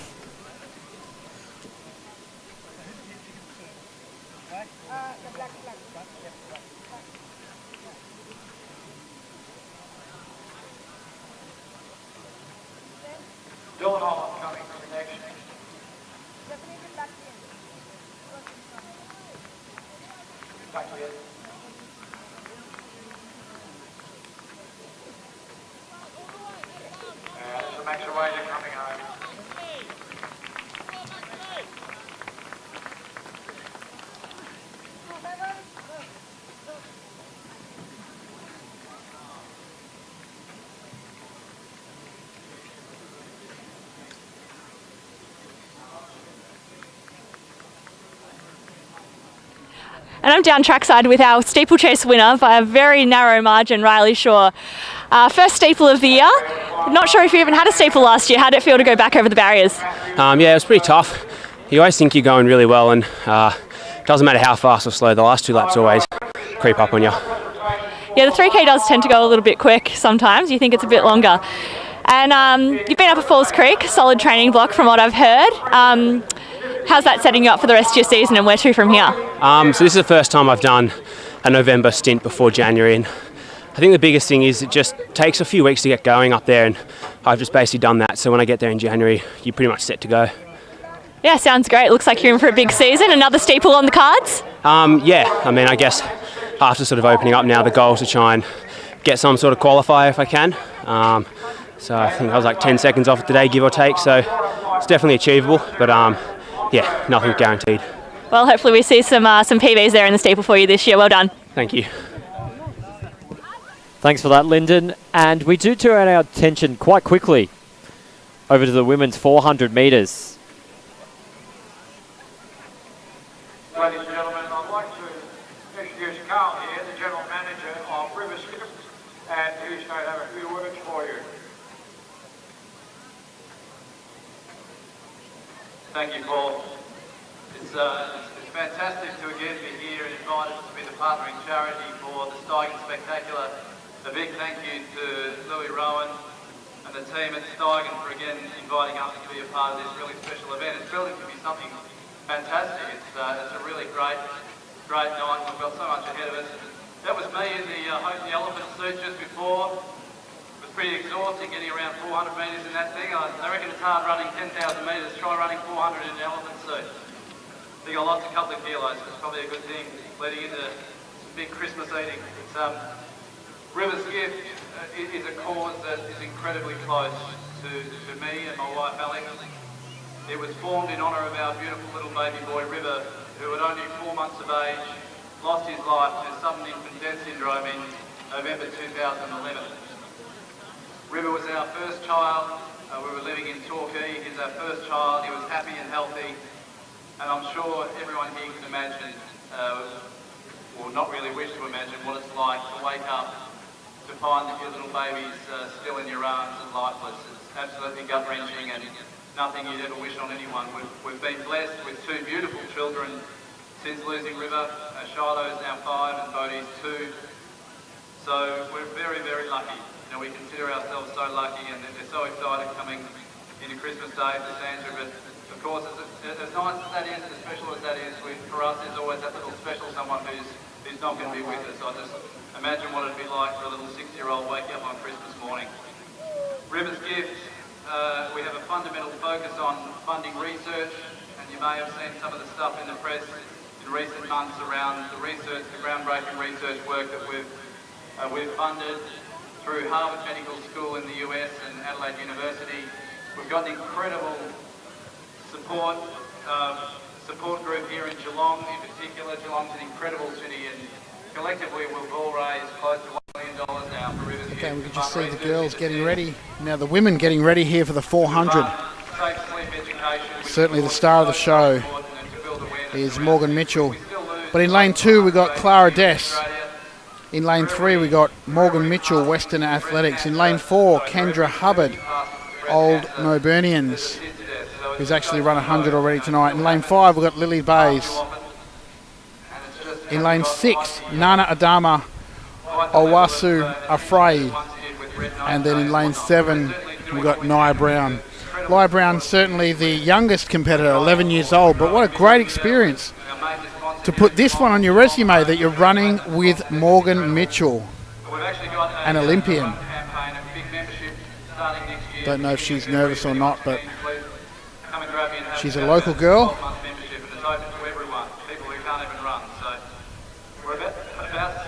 The girls are just about to start. The women are just about to start this race.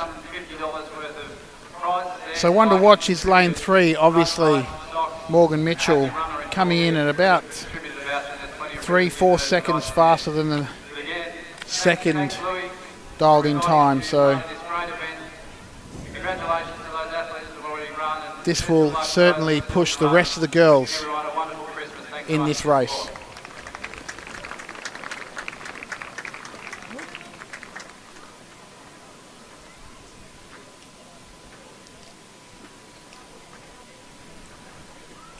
We're in the starters' hands.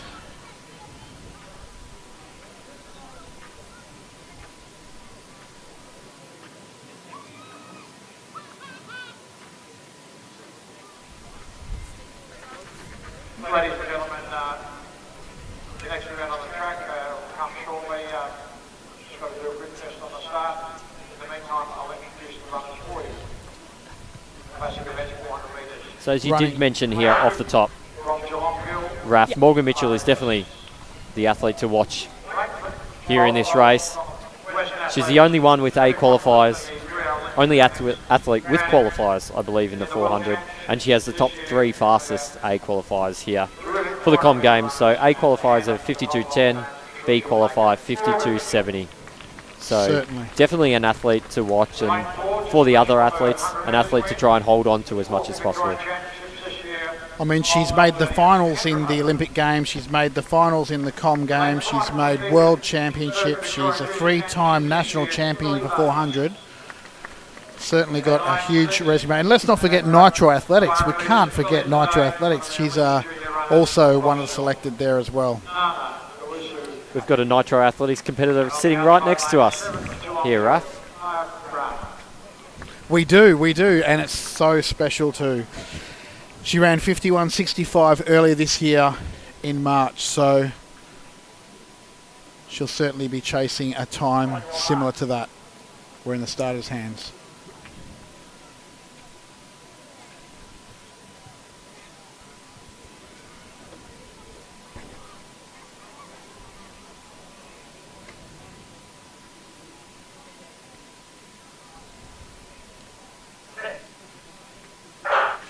And we're off and running, and quite an interesting start from all the girls, but Nana looks like is out in front.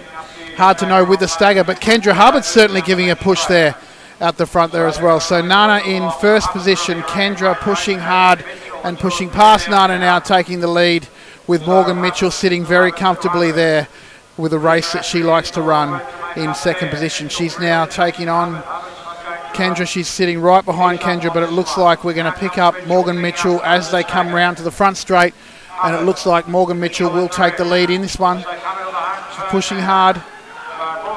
Kendra Hubbard certainly giving her a good run for her money, and we're going to see how we go.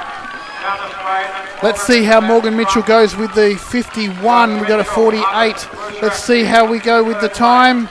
It's looking good. Morgan Mitchell coming through at a 53 seconds with Kendra Hubbard in second, Nana in third position and running well, and Nia Brown coming in at the end there, which is a fantastic run. Great run by all the girls there. And again, Nia Brown, what a great experience. And it's so good to see Morgan Mitchell patting Nia Brown on the back and congratulating her for a run. That'll be something that Nia Brown will certainly be cherishing for years to come.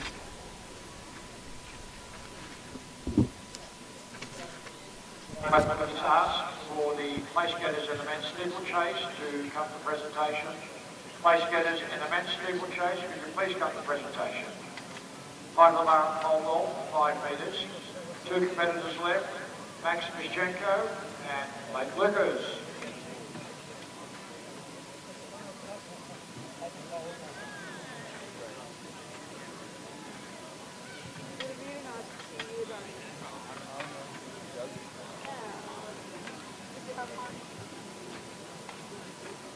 All right, I'm down here on the track with our 400 winner, Morgan Mitchell. Not a huge surprise there. Class athlete of the field for sure. I told you before the race, if you did win, you would get to be interviewed by me. Were you thinking about that in the last 100? Mate, it's been on my mind all week. The only reason I'm here is to meet Thea Linden Hall. There you go, you heard it here. But early days in the season, and you've got a couple of Com Games qualifiers already to name, so what's the plan from here? I think just chill for a bit. I mean, like, comms are obviously a long way away. I just wanted to come out here, have a bit of fun, meet some people. But yeah, we're just taking our time. I want to run happy, and that's what I'm doing, so can't ask for more. Great, caps off a great 2017. I'm sure it's the last race of the year, and can't wait to see what brings next year. Absolutely. Thanks, guys. So professional. Also, I'll give you the same.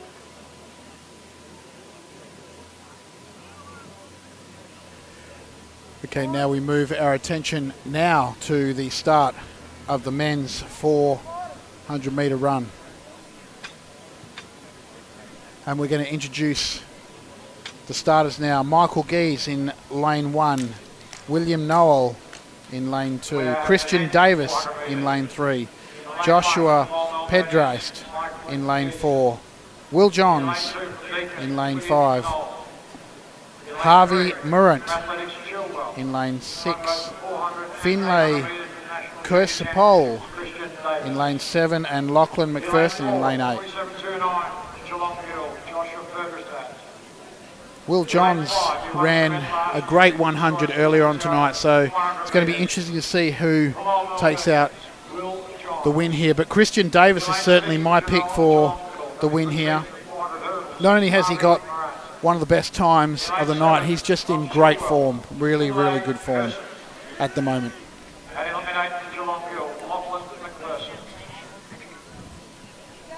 And Lockie McPherson also ran the 100 earlier, but he is a decathlete, so probably used to doing such things. He's probably happy there's only 2 events on. Let's see, it looks like I'm going to be looking and watching closely at lane 3, which is the same lane that Morgan Mitchell just ran in, so easy for the viewers to keep an eye on that. And we're in the starters' hands for the start of the men's 400 metre race. And off we go. Christian got a great start there. Looks like this. Lachlan McPherson guns out of there, right out the back straight there. He's right at the front and certainly gunning for home. I know the stagger's coming, but I think Lachlan McPherson is out the front. What do you think, Lyndon? It does look like it, but still a long way from home in terms of 400. Certainly, for a decathlete, he's certainly doing fantastic. Okay, here comes Christian Davis coming down the front straight. And looks like Davis is well out in front and got this comfortably won. Will Johns certainly giving him a good challenge. And here comes Davis crossing the line at 47 something, with Will Johns coming in at second. What a great run there. And I think Lachlan came in at third there. We'll have to wait for the results of that.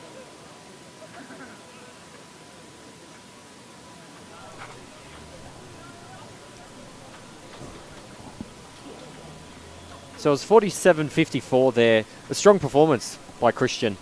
Yeah, and he just misses that World Junior qualifier, but you'd have to think he'd know that's in his sights being so close this early in the year. With a 47.13 PB as well, so he does have a little bit better on that time there. So I think we're going to go down to Raf Agostino, who's got the winner. Raf, take it away. Christian Davis, fantastic run there, buddy. Tell us about your 400. Yeah, so I'm coming off a season open last week in Brisbane, so to get the sub 48, I was really happy today. Get the season going. Just want to progress towards the Com Games trials in February, so we try and make that relay squad. So. Fantastic. Now, what are you chasing for the Com Games trials? So it's top 4 at Open Nationals. So I'm hoping to go as close to sub 46 as I can. So that's the goal for the year. Good work. You're certainly looking in good form, buddy. Fantastic. So what's next for you? What's the next event for you? So I'll be training all through Christmas, New Year's, and I think I might be going up to Canberra towards the end of January. Yeah. Go to the ACT Champs so I can get a fast time on the track. Excellent. Yeah, the ACT State Championships certainly are good. January 26, 27, 28, which we hope to see you there. We'll be there as well. But we're looking forward to seeing a lot more of you, Christian Davis, and we'll be cheering you on from the back blocks and making sure that you get to that Com qualifier as much as you can. Thank you very much. Back to you, Lachlan, for the start of the next race.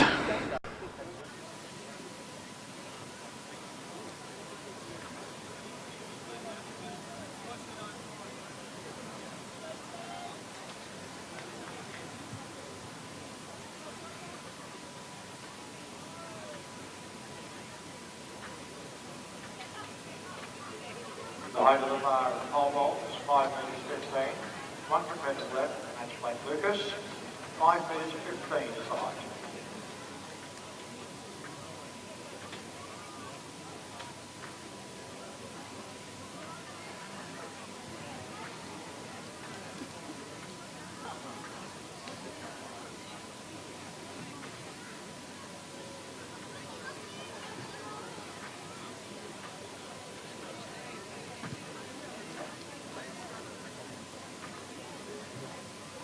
Victory ceremony and medal presentation for the men's 3,000 metres steeplechase.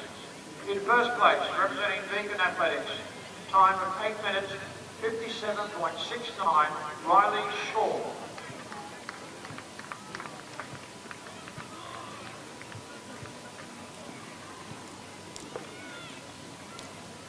In second place, representing St Stephen's Harriers, time of 8 minutes 57.71. Very tight race, Ben Buckingham. And in third place, representing Knox, time of 9 minutes 08.51. And next up on the track, we have the hotly anticipated women's 800 metre race. So we'll go through the competitors quickly just as they find their lanes. In lane 1, Caitlin Murdoch. Lane 2, Joanna Cubis. Lane 3, Ellen Schaaf. Lane 4, Abby Delamotte. Lane 5, Georgia Griffiths. Lane 6, Brittany McGowan. Lane 7, Sarah Billings. Lane 8, Sophie O'Sullivan. Lane 9, Heidi Demio. Lane 10, Lucy Luchford.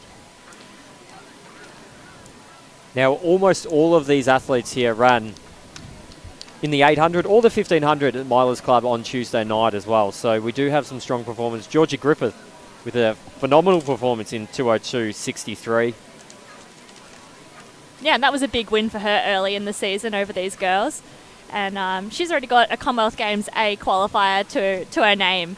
But there's a couple of girls in here in Abby Delamotte, Britton McGowan. I think that's it. Who've got B qualifiers to their name, so they'd definitely love to add their name to the A list, that's for sure. And we have Brittany McGowan as well. Took out Zatopek 10, 1500 metres in 4:14.18. Georgia Griffith as well in that same 1500 with a 4:15.62. So they're all in form. Yeah. So it's going to be a good race here. And Sophie O'Sullivan had a huge run in the 1500 at Milers Club the other night. Had a very close finish there for a PB, about 4:28. Front straight, starting from the finish line, working his way back down. So please be generous and get a raffle ticket. And Carl will come around in the blue shirt. He's already signing up for some person.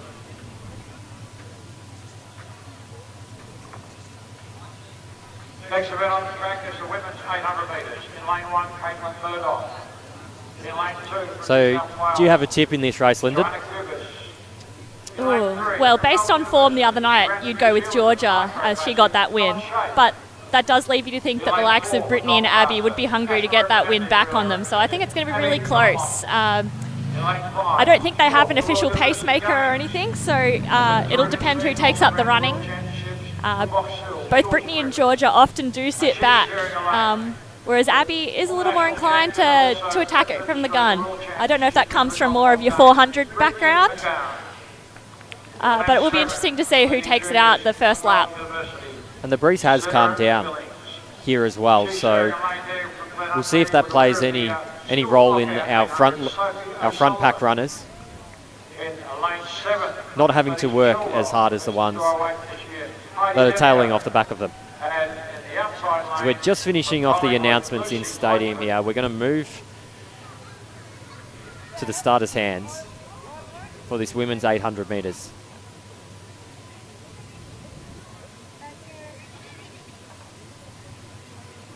And we've got Georgia and Brittany sharing a lane, who would be your top two going in on time. So it's going to be on from the start. And away. And in this race, large and difficult. Abby Delamotte is working pretty hard to get round to the front there. As is Demio.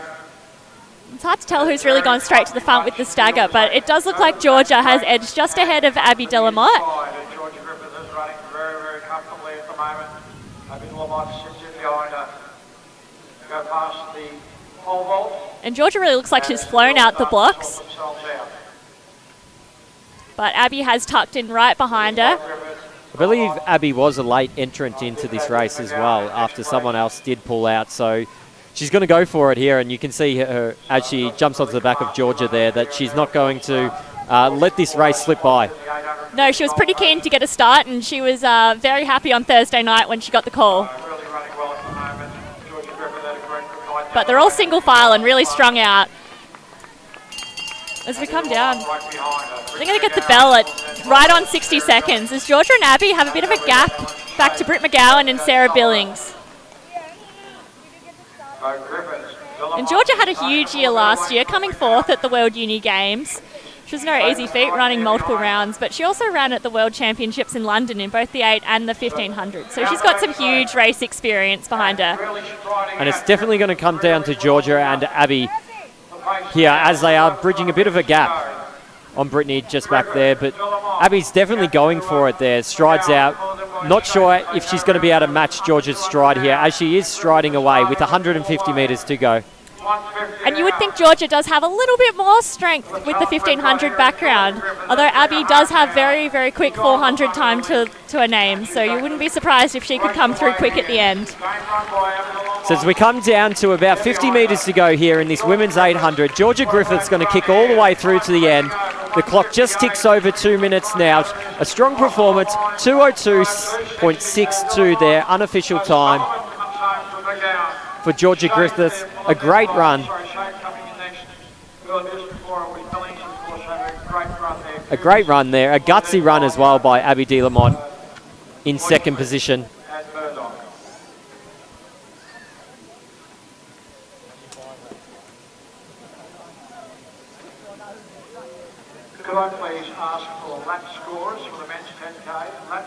for the men's 10K. Could you please report to the finish line, please?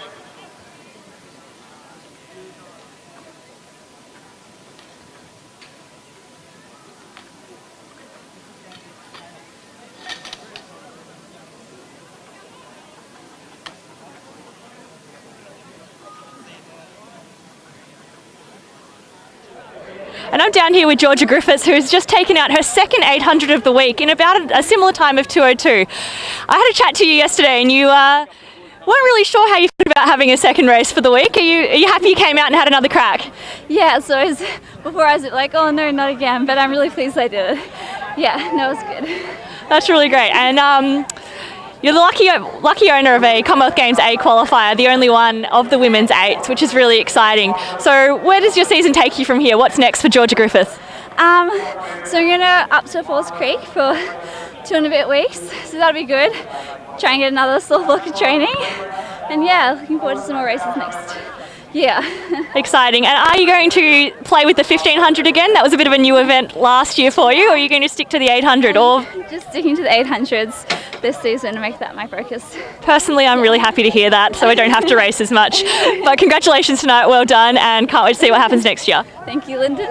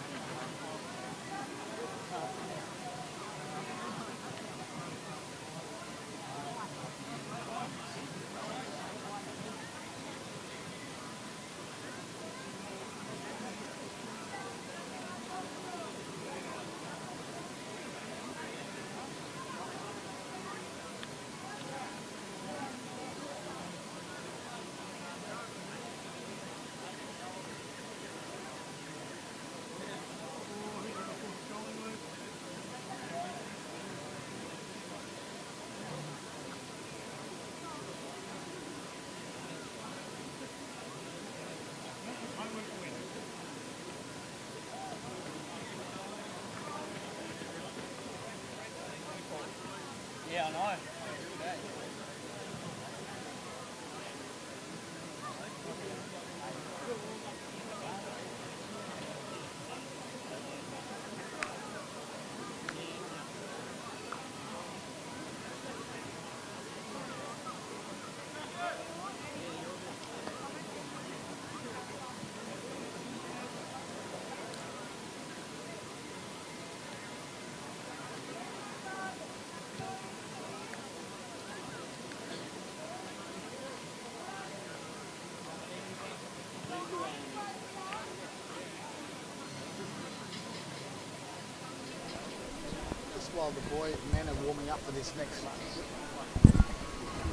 While the men are warming up for this next race, the 10K, the super kick competition's been happening out the back there. The super boot competition is what it's called.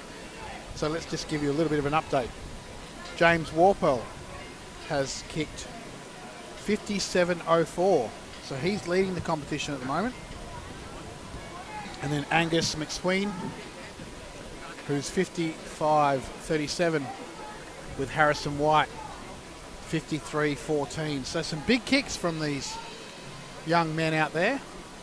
So we'll just have to wait and see till the competition finishes. So as I did mention at the start, I do believe these are the Geelong Falcons, or a lot of the players are, that are participating in this super boot kick here at Landyfield. So a great initiative by Steigen for the Spectacular. But we turn our attention to event 15, the men's 10,000 metre run.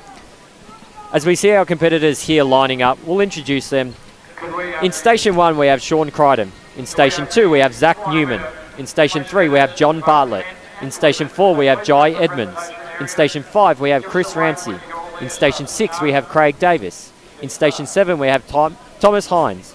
In Station 8, we have Scott O'Connor. In Station 9, we have Toby Rayner. In Station 10, we have Nick Earl. In Station 11, we have Stephen Deneen. In Station 12, we have Matthew Davey. In Station 13, we have Dane Verway. In Station 14, we have Daniel Hutchinson. In Station 15, we have James Lightfoot. In Station 16, we have Frankie Conway. In Station 17, we have Mark DeLuca. In Station 18, we have Dion Finocchiaro.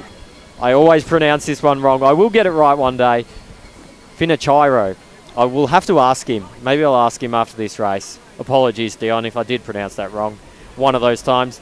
In Station 19, we have Claire McIntyre. In Station 20, we have Julian Spence. In Station 21, we have Tom Crouch. In Station 22, we have Peter Kerr. In Station 23, we have Michael Daly. In Station 24, we have Michael Marantali. In Station 25, we have Charlie Park. In Station 26, we have David Crintiti. In Station 27, we have Sean Stevens. In Station 28, we have Jamie Cook.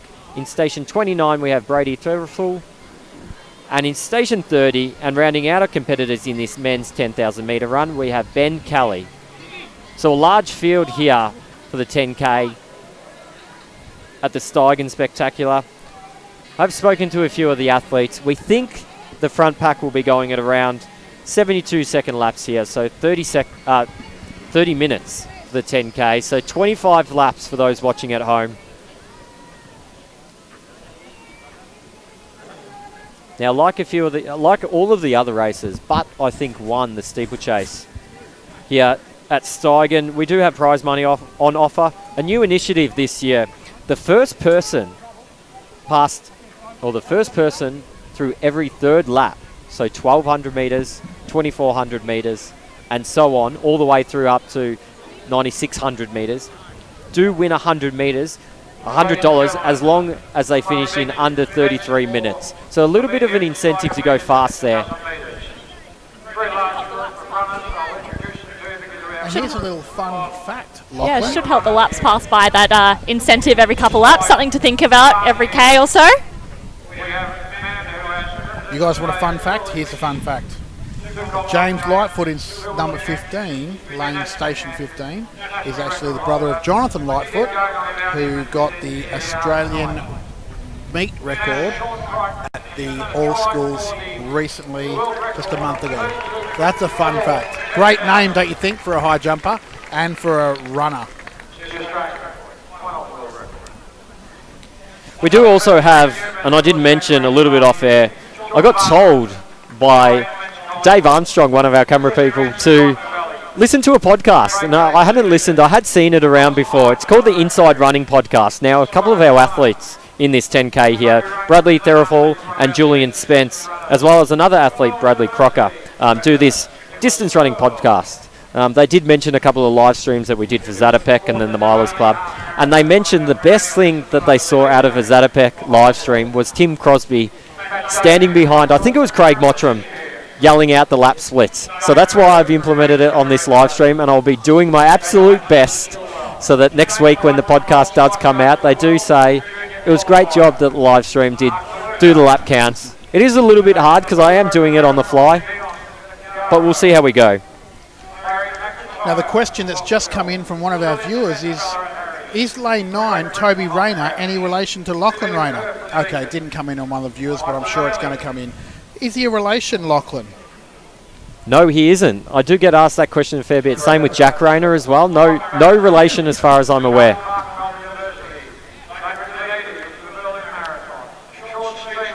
So viewers, if you're watching on YouTube or on Facebook, please send your comments our way.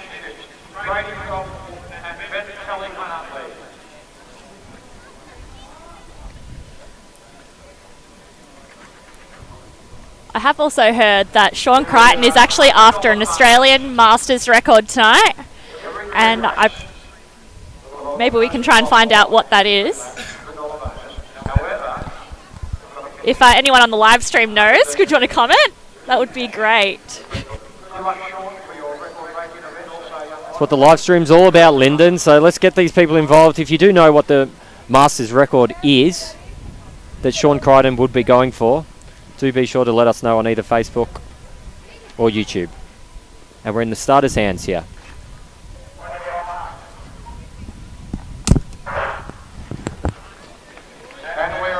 And we're underway here, so Sean Crichton does go in with the fastest time here, but we did some research. It was set a little while ago, so we do have Nick Earl with a 29:34 time here. So we will be taking a look to see who does take the early lead, and it is in fact Nick Earl. There were a few comments saying that he would be one of the athletes that maybe does go for that extra $100 incentives here. So given early form here in the 200 metres into this 10K, if he does go through those every 3 laps, they will pocket the $100 as long as they do finish the race in under 33 minutes. Yeah, and he's certainly been busy the last couple of weeks. He already ran a 10K at Zatopek about 2 weeks ago now, where he was 11th, which is pretty commendable in that field. But he was also at the 15 Milers Club just the other night, so I'm not sure if he's had much time to train between all these races. So, Lyndon, you asked the question, and one of the viewers came back with 32:45 is what they think could be it. There we go. They did actually say, I think, at the end of it, so they can't be exactly sure. Well, it's on them now, not us. That's it. So you did say Nick did compete at Zatopek and Milers Club. He also competed at the first Milers Club, doing the 3K in 8:27:53, and the 5K champs going back to, I think it was mid-November, with a 14:29:59 there. So he has done a fair few events or races in the last few months there. And we've got quite a few marathon guys in this field. Brady, who you were talking about before behind the podcast, ran 2:20 in the Berlin Marathon earlier this year. And Matt Davey had a win at the Auckland Marathon, which was not that long ago now, probably about 2 months. So you'd have to think those guys are pretty fit for this.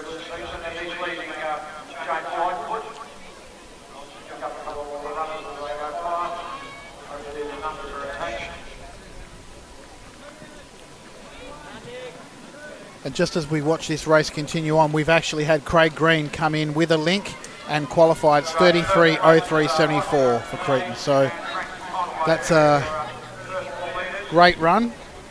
So they did go through the second lap there in 2:23, so a 73-second lap there. So they are right on the 72-second.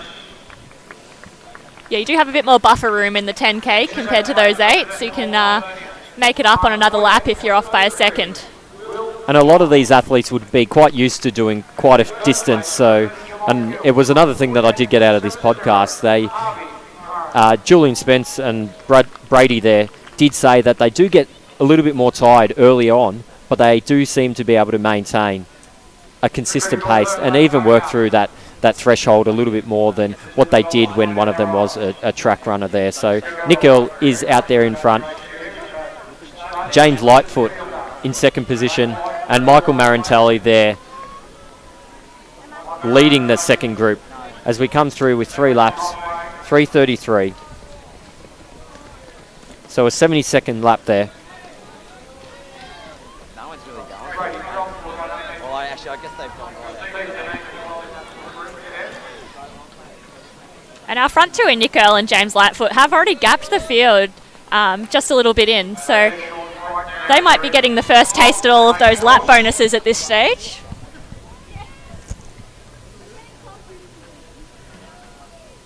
But I did hear that James is after a 10K World Junior qualifier. Again, I'm not sure what that is. Are you aware, Lockie?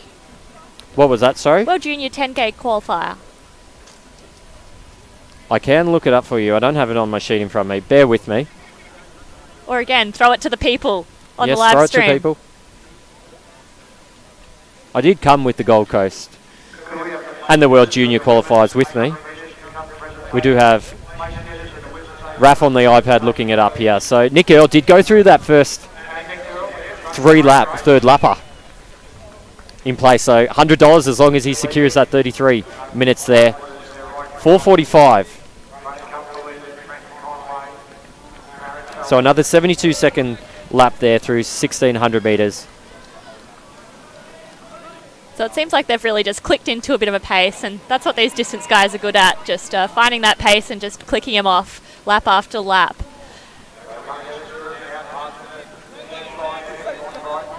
And do make sure you are asking questions. This 10K is a long race, so asking questions on either Facebook or on YouTube. We've got Dave Robertson liking that we are giving the Inside Running podcast some love there. Lee McCullen getting around Cookie. We've got Tally Rowe going for Julian as well, so do make sure that you are letting us know.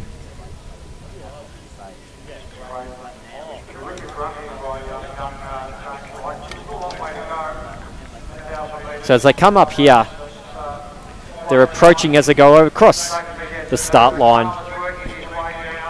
They are 2 kilometres into this 10K race.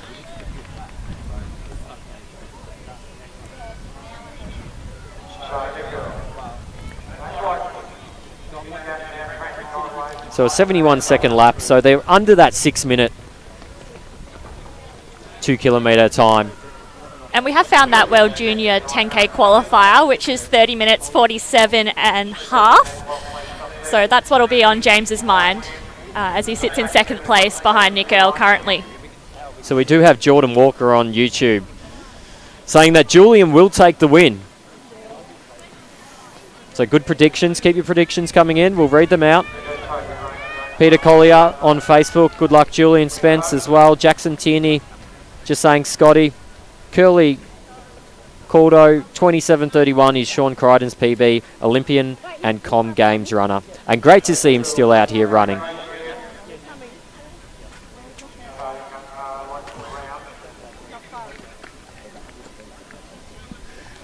And we just had one of the Kang Noyak said that Jono and James are not brothers. That one's on you, Raf. That was on me. Thank you. We'll take that, and we apologise for any offence caused. And that's another $100 in Nick Earl's pocket there as he goes through the 2,400 metres. Again in another 71-second lap. So, as you did mention before, Lyndon, these marathon type runners and these 10K runners, they can, once they get into a rhythm, they can just knock out those times quite consistently.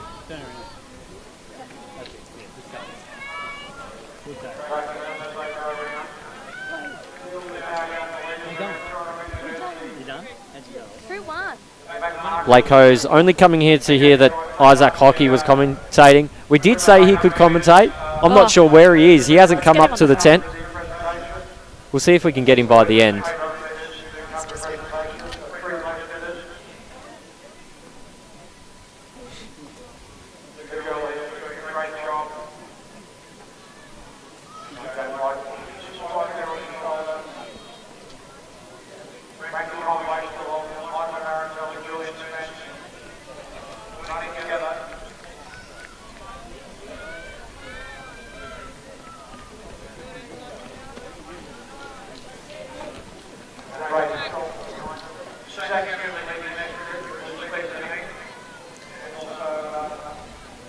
So as we take a look back at the second group here,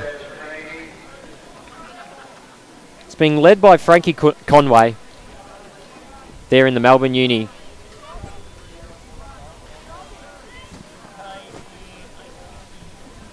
Yes. Melbourne Uni uniform there, followed by Michael Marantelli just behind him, and then Julian Spence.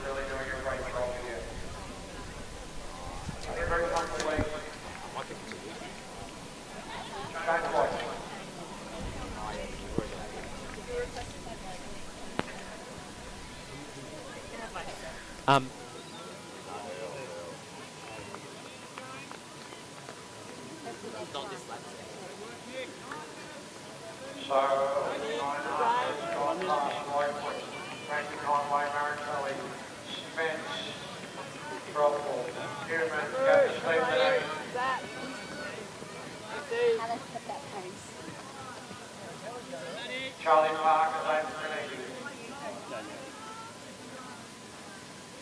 Tom Crouch, Dennis Schlein. And Sean Stevens leading the next group. Troy Edmonds showing us the winners. Michael Daly.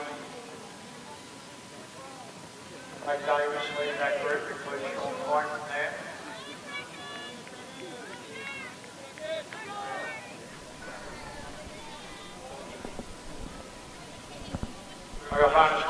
So I do think we got a few comments on Facebook, and I do believe, just quietly, with the amount of comments coming in, that they are friends of theirs. But we did go and track down Isaac Hockey. Isaac, welcome to the stream. Yes, good evening, Lockie. It's been a good night so far. This is shaping up to be one of Australia's premier track and field events. Yeah, definitely. And a 10K, it is a lot of laps, so we look forward to hearing some of your comments throughout the race here and talking to you a little bit about how your own running is going. Yes, it's the race has a nice mix of Geelong locals and some people from all around Australia. It's funny, I was speaking to Julian Spence before the race, many time runner of this event, and he's now moved from Geelong to Ballarat. So the word is on the street that it's a changing of guard in the local Geelong circuit, and we're up to seeing which athlete can pop through and become the new alpha in our in the Geelong group, and who gets to pick where and when we run on the Sunday mornings. So who is your pick out of the Geelong locals, since you're not up for the title? 10Ks are too far for myself. At the moment, Julian actually is holding out in that first pack, but of course he's not eligible for the title. So it's sort of out to a few guys. Peter Kerr, Daniel Hutchison, Craig Davis. Most of them all coming off marathons in Berlin. Peter is actually 2012 Noosa Triathlon champion. So he's trying to make a little change into being a track and field athlete. Unfortunately, we saw Toby Rayner, an ex-winner of this race, already withdraw. It's a long way to go if things aren't going right in the 10K. Yes, Toby has a very loping stride, but he was looking a little bit laboured, I thought.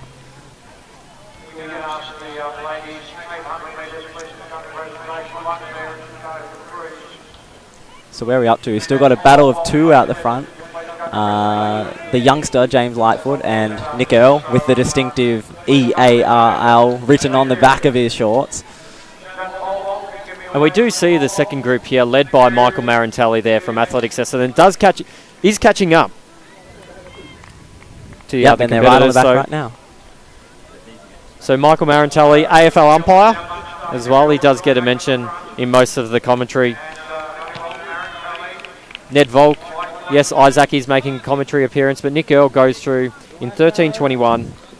Nice contingent of Melbourne University Athletic Club athletes there, 3 in the group. Got a few too many allegiances. Geelong, Melbourne Uni, make up your mind. Can't have it all. I'm a Geelong boy who happens to study at Melbourne University.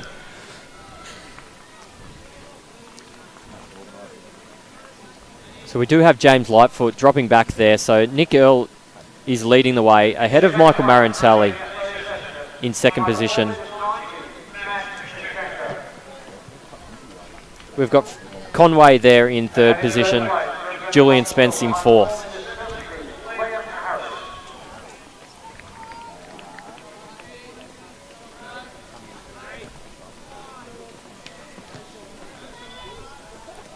So we come up here for 4,800.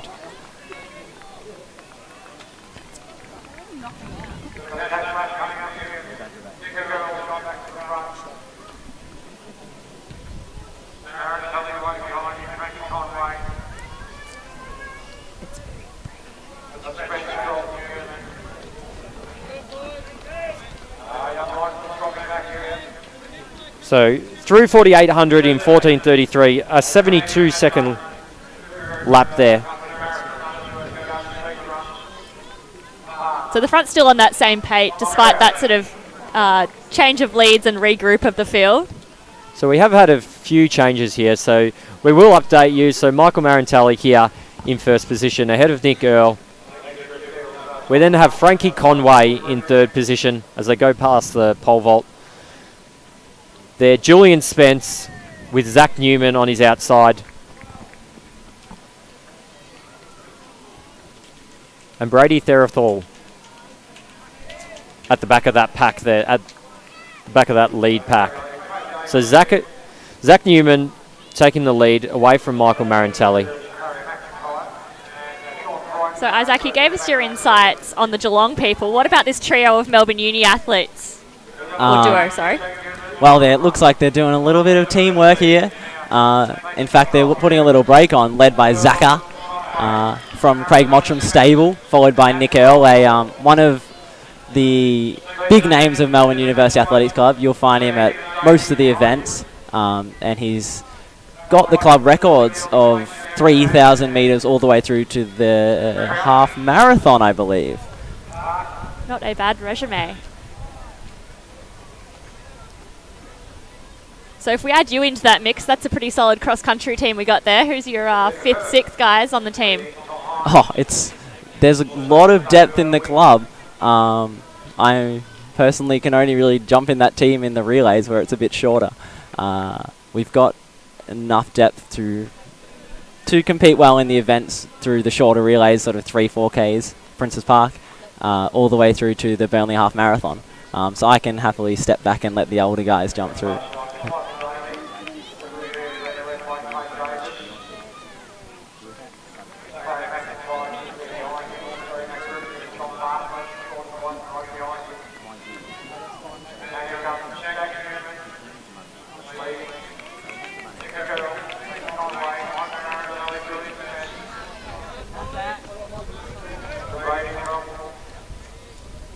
So we do have 17 minutes flat there going through 5,600.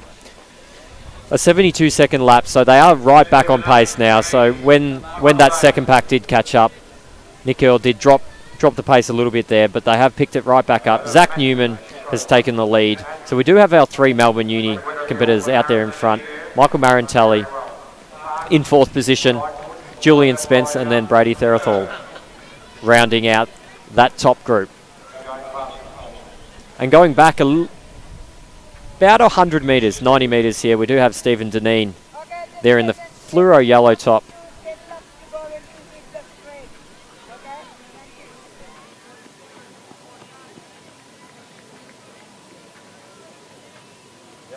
Not lapped.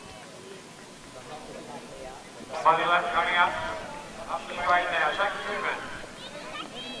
Nick Earl. Frankie Conway. Michael Marantelli behind Julian Spence. Brady Therathall. The leading 6th pack. And they've been together for a while now. As the group calls the early leaders. Working his way through nicely. David Grenady. So another 72-second lap there as Zach Newman takes him through 6,000 metres in 18:12.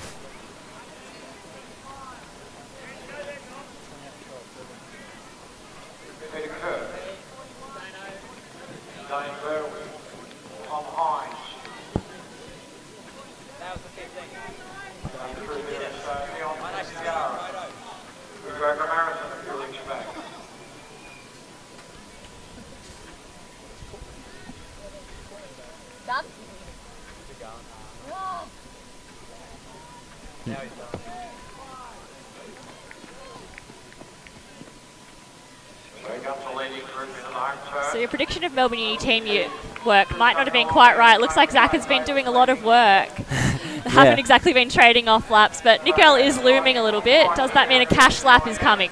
It's very cheeky by Nick, but he did all the hard work early on, so it's probably tactically a good idea to sit in for a bit, relax, take a break both mentally and potentially physically, and then when winds up a few laps to go, maybe jump in for some cash here and there, and then put his move on and use his 3K speed as well. Yeah, at this stage you predict it to be pretty close, but we're still a fair way from home. And in 5th and 6th, there's a battle between Spence and Threlful, who are weekly podcast members, teammates, I guess. They run Inside Running, and there's been much hype about this race and their battle. Over the past few years, Threlful's had Julian covered, both coming off some pretty handy marathons. So there's another little tight battle amongst the main battle. There's a lot of mini races within this race, you'd say. Yeah. Much on the line.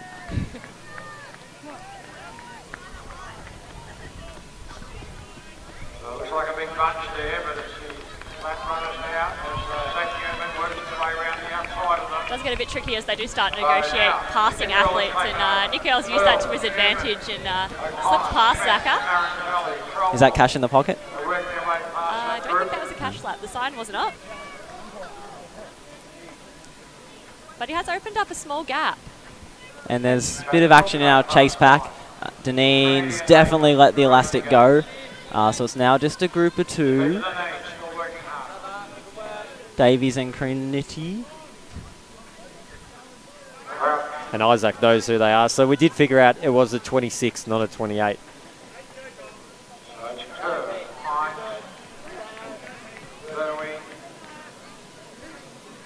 So Peter Kerr, we did have someone ask on Facebook. So he just went through 6,400 in about 21:18 there as well. So there's an update. So if you do want an update on any of the other athletes. And right behind on Peter's shoulder is young Tom Hines, only, I believe, 19 or 20 years of age, very short in stature compared to Peter.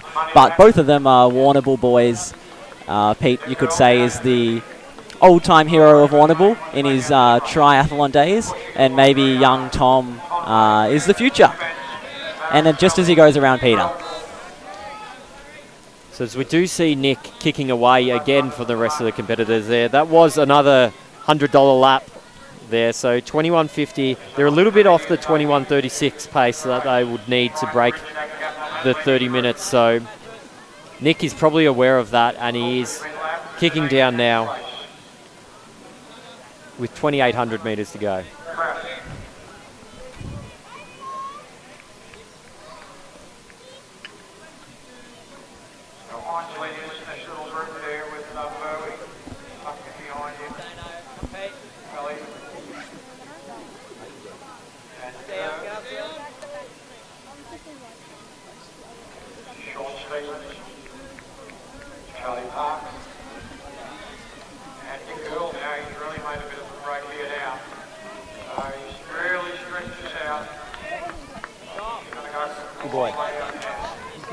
So it looks like, unless there's any other challenges, Nick's going to do the rest of this on his own as he runs through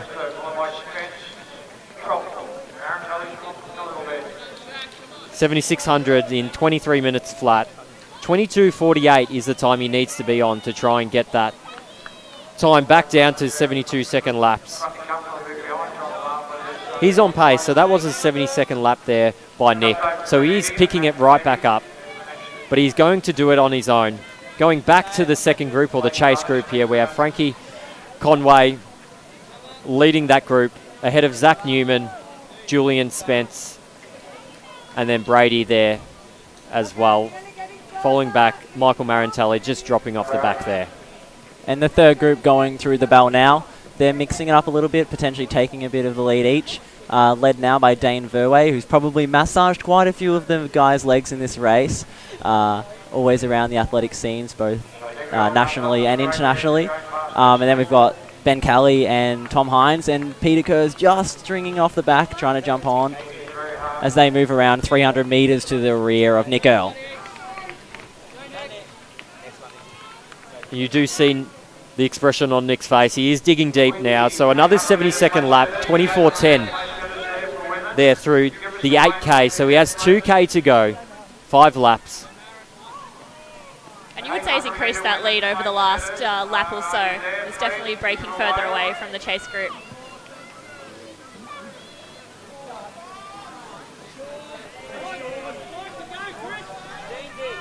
So he has made a good 60 metres on that chase pack.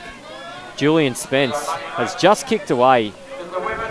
He's going to go for it. So he's got about 1,800 metres to go. So Julian Spence is going to make a late change here. Brady, his podcast partner there, is going to go with him. So Julian Spence leads the chase group to see if he can catch Nick.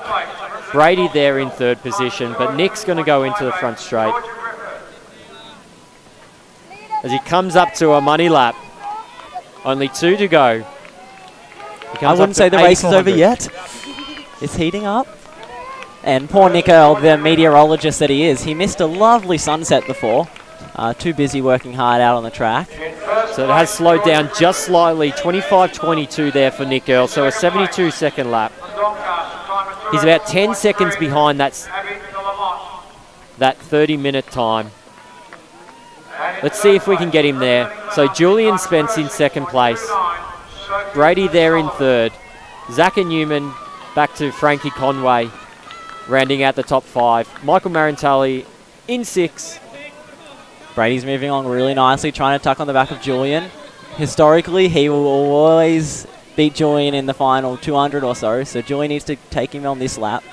But Nick's still cruising away out in the front. Perhaps Julian is trying to prevent that if it's a bit of a historical occurrence, trying to drop him a little earlier.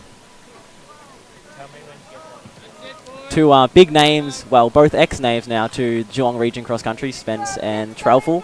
I actually have Brady's shirt we got when we won the 2015 XCR Premiership to give to him tonight. Somehow missed it 2 years later. Here we go.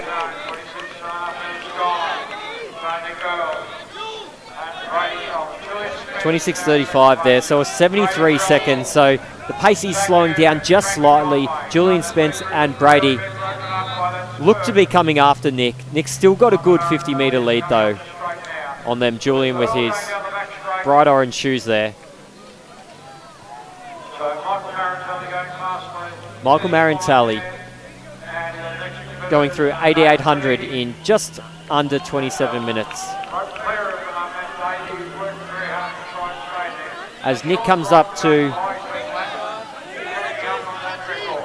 9K, 1K to go in 27 minutes 10. So he's right on that 10 seconds shy of the 30 minutes. So he's on target. He's got to have a strong last 1K. Gap still 30 metres. Not much change. And he does look like he's putting another effort here. Yeah, you can definitely see that in his face. He's definitely having a red-hot crack here. Got the head wobble, eyes up to the sky. Spence coming through now, followed by Trelful. Zach and Newman 4th. Frankie Conway 5th. So a 70-second lap again for Nick there. So he's roundabouts that time. He has picked it up. He doesn't have long left now. About 650 metres to go in this 10K. He's going to be on his own. Julian Spence there in second position. Brady in third.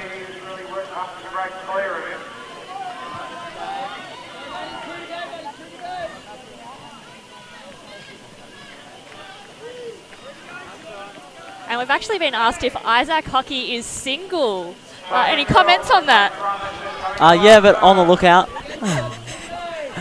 There were some girls, send in your requests. Nice 800-metre performances tonight. Eyes on the 800 girls. We can go round them up after. So we do have Nick coming up to 9,600. 1 lap to go. Final hitting the bell. 28.54. And I'm pretty sure he'd be very happy to hear that bell at this point. That's a 69-second lap, so he's increased it now. And he's kicking down with 1 lap to go. Brady going through there in 29.07. Zach Newman coming up as well to the bell lap, 29.13. Frankie Conway, 29.15. But it's Nick striding down the back straight, 250 metres to go in this 10K. I apologise for doubting Nick and saying the race was still on. He's accelerated continuously over this final kilometre. And he's kicking right home here with 120 metres to go. As he enters the front straight for the last time. The crowd is cheering. 29.43 with 100 metres to go. He moves out to the outside lanes here, digging deep.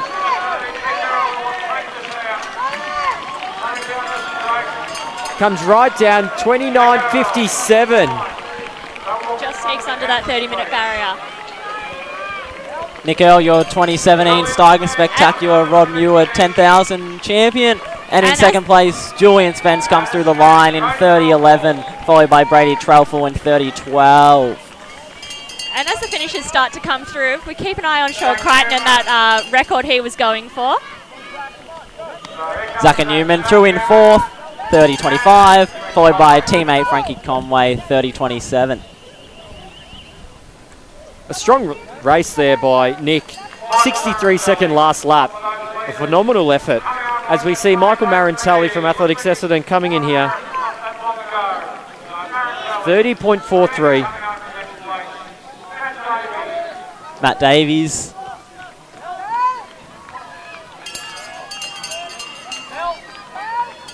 Charlie Park gets a bell. Here comes Dane Verway, the first of that third pack. Striding through, followed by Peter Kerr and Ben Kelly. Steve Deneen has fallen back, and Tom Hines.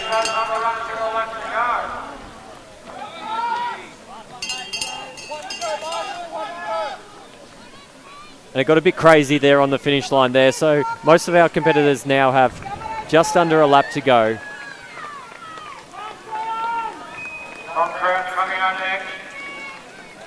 We get Tom Crouch coming in, 31.29.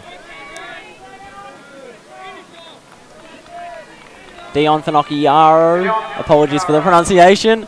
Don't worry, we did it at the start as well.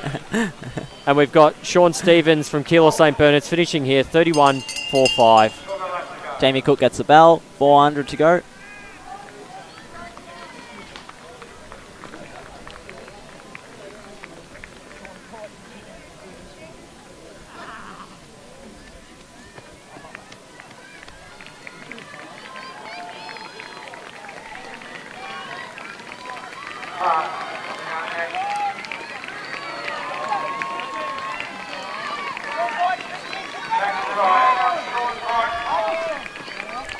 Crichton.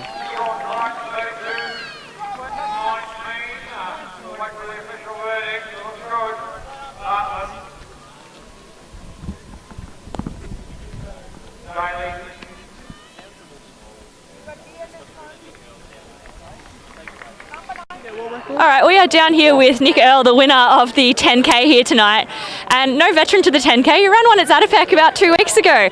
That is a lot of laps to the track. What have you done between now and then, other than run a 15 at milers?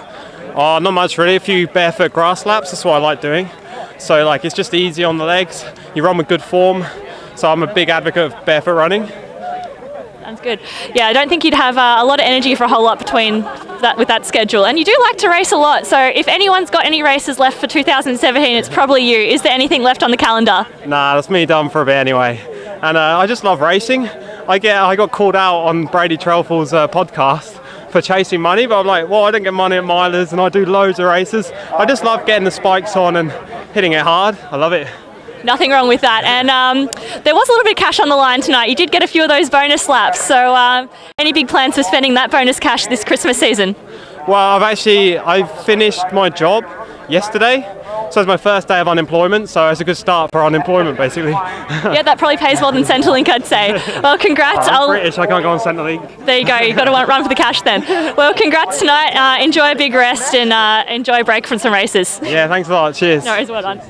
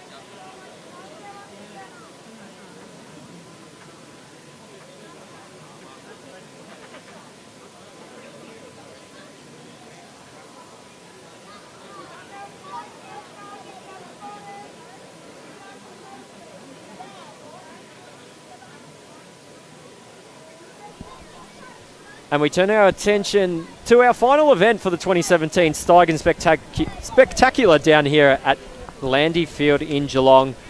Our men's 5,000, an interesting race if you're looking at the start list here. So we've got Brett Robinson, David McNeil, Jack Rayner, Dijon Gabricelesi, Patrick Tiernan, Ryan Gregson, Jordan Williams, and Stuart McSween. We have seen some of those names here tonight. So we do have Tiernan, Gregson, Williams, and McSween, all pacemakers as well. We suspect trying to get Brett Robinson, Dave, Jack, and Dijon through to those qualifiers there. But Brett definitely is only a few hundreds of seconds away. So he has run a 3:22.93 5K time there. The A qualifier for the Com Games is 3:22.60. So he doesn't have too much time to get there. And we suspect that's why we've got so many pacemakers in this race.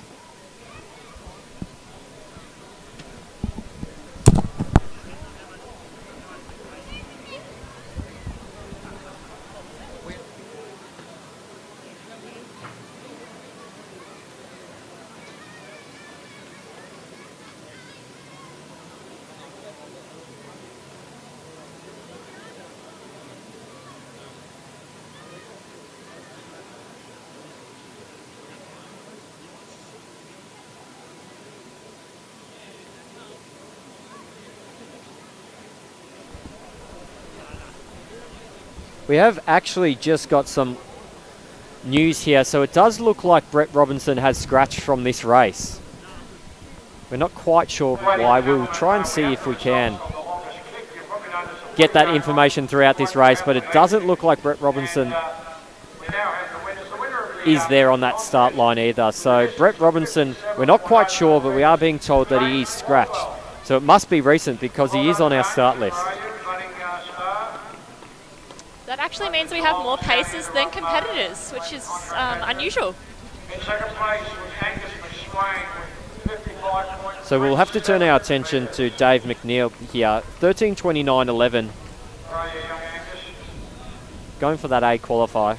And in third place with a distance of 53.14. And Dave had a really good run over Zatopek, just getting third place over Brett. Those two had a bit of a battle over the last 800.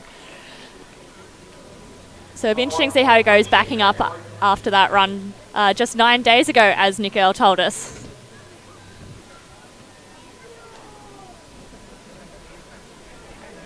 So we're just waiting for this race to get underway here. Right on time, so scheduled for 9:10.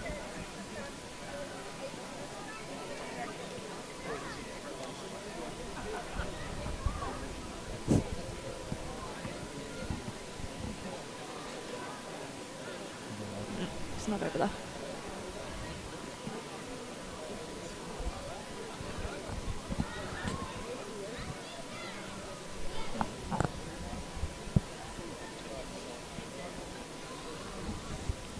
So it does look like they're still doing a warm-up, so we're not quite sure what's holding up the races here. Maybe they're also looking for Brett. Yes, maybe. We've just got another fresh start list, and according to it, Brett Robinson is running. So we're not quite sure what's going on. But I believe these start lists we are getting our athletes checking in. Bit strange.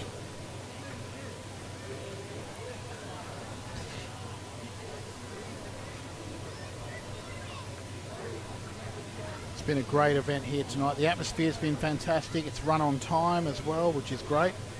Certainly for me as a first timer, I've enjoyed being here, and I'm sure the crowd has enjoyed being here as well. And definitely a lot less rain than Tuesday night's Milers Club. Tuesday night at Lakeside was crazy. The images that we were just seeing on the screen was amazing.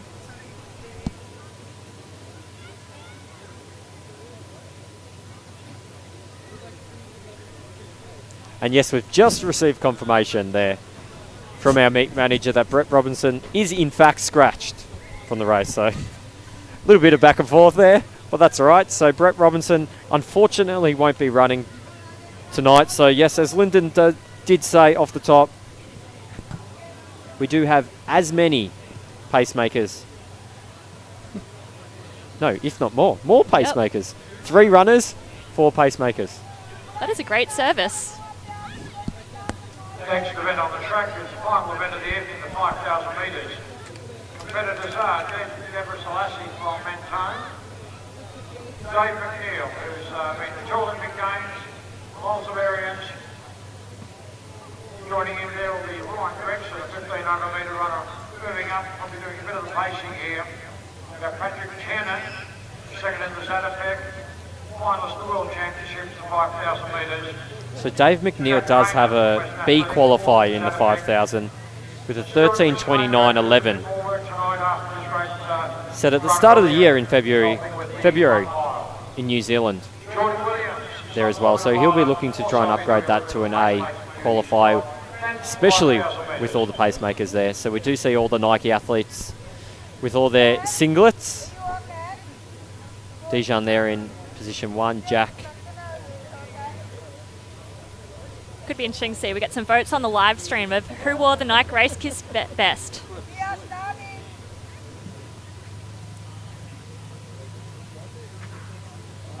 And they're away.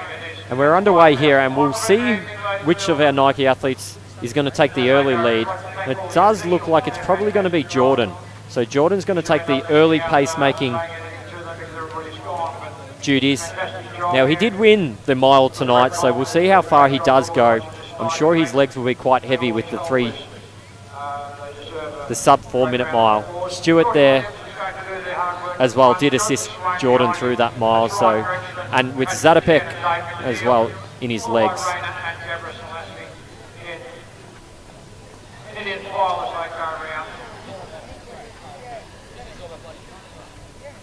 So you can see the familiar Nike uniform there. So we've got Jordan in front, Stewart in second, Ryan Gregson in third, Patrick Tiernan in fourth, then the first of our competitors, Dave McNeil, in fifth position there.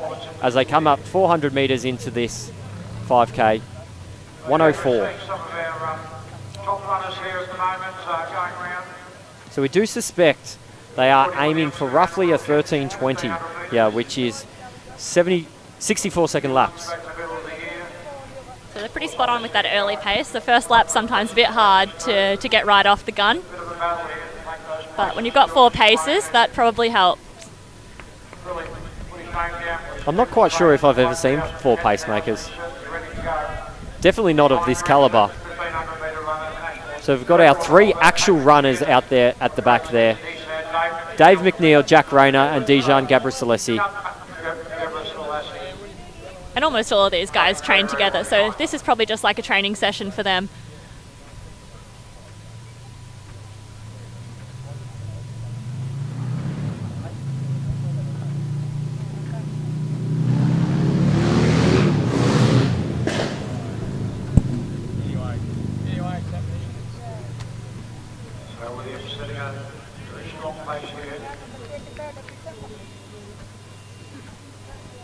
So about 2:10 through the 800 metres into this 5K. And I suspect the only movements we're probably going to get in this race is the pacemakers dropping off. Yeah, and it almost looks like Geordie's about to surrender that chief pacemaker position. I think that's fair. He just ran a sub 4 minute mile. We'll be seeing him in the Gold Coast, both in February and most likely the Commonwealth Games. Yeah, so his job's done, so now 3 paces remain. And we're even for paces versus competitors there as they go through 2:43, that first kilometre. Gabriselesi the first to feel the pace, dropping 15 metres shy of the rest of the group.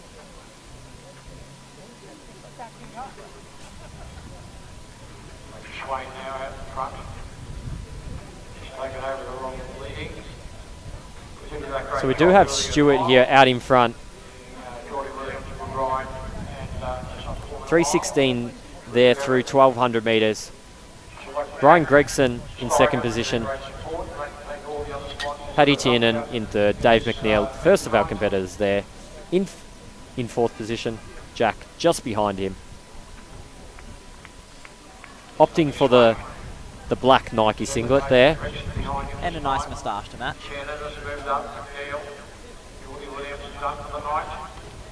Yeah, it'll be interesting to see how Dave goes this year. He's gone back to uni studying physiotherapy full-time, so he's been very busy, which is a bit different to the athlete lifestyle.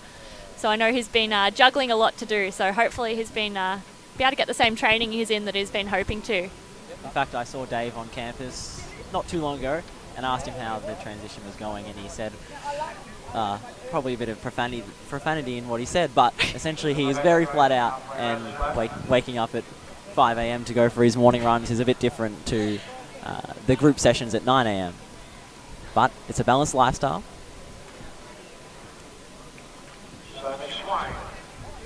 Stewie just checks the watch, trying to keep that pacing on track. So it was 4:19 through 1600 there, so a 63-second lap by our pacemakers. And I guess also keeping in mind that our first two competitors actually in the race are probably about a second back from our front marker when we are getting split. Do see Dave McNeil there right on the toes of Patrick Tiernan, so he is making sure that he does stay on pace there. So it does look like Dave is feeling quite comfortable as they come up to the 2K mark of this 5K.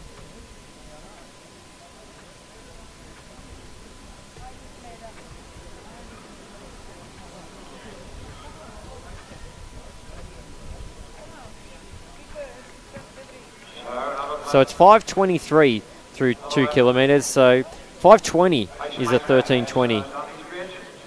As McSwain waves goodbye, and then we have 4 remaining. And Ryan Gregson takes over pacemaking duties at the front now. So our two actual competitors are edging closer to the front. And it's 5:41 there through 2K for Dijon, who's back there and is going to be running a race on his own. And whilst Gregson is just pacing, he is our national 1500 metre record holder, both indoors and outdoors. So for the crowd here in Geelong, whilst he will not finish the race, it's some good showing. And we do see an update here from the Albie Thomas Mile that's currently taking place in New South Wales, or looks to be finished now. Gusman taking it out in 3:57.28 as well. So well done to Jordan there for that run, and thank you, Dave, for the update. In 2016, Jordan was the winner here in Geelong in both the mile and the 10,000 metres.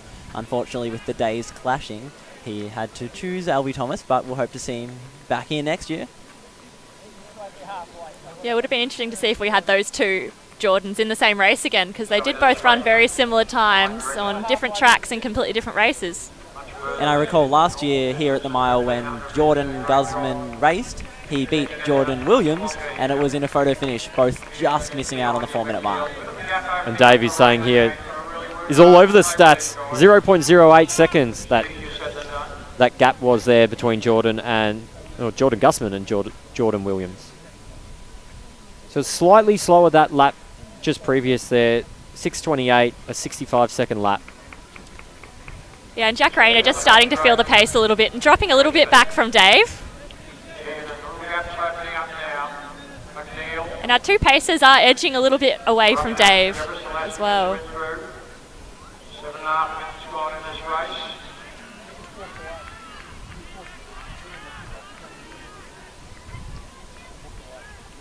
Starting to the incredible pace here. There's really... So a quick lap there, so our pacemakers are aware that the pace did drop that previous lap. 63 seconds to take them to 2800. As they come up here to the start line, they'll hit the 3 kilometre mark of this 5K run. It looks as if Gregson's going to jump off the track here as well. So it's going to be down to Paddy Tiernan. A handy 8:05 through 3 kilometres. Jack Rayner following through in 8:08.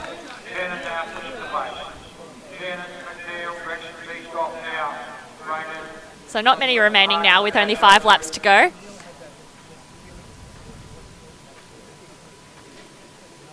With Pat Tiernan, our lone pacemaker, left.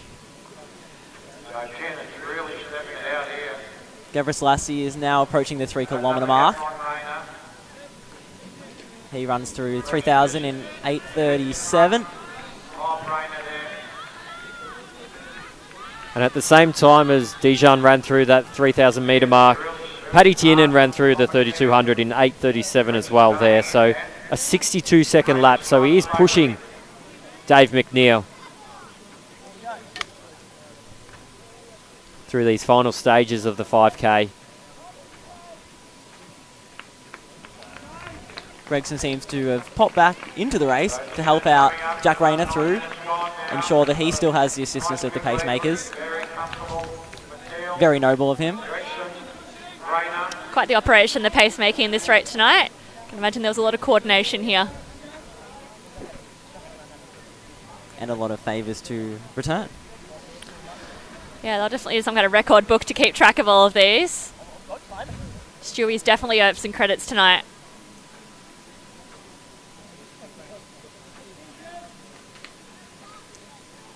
Switching our attention just away from the racing here. Isaac, you do seem to have a fair few fans commenting here.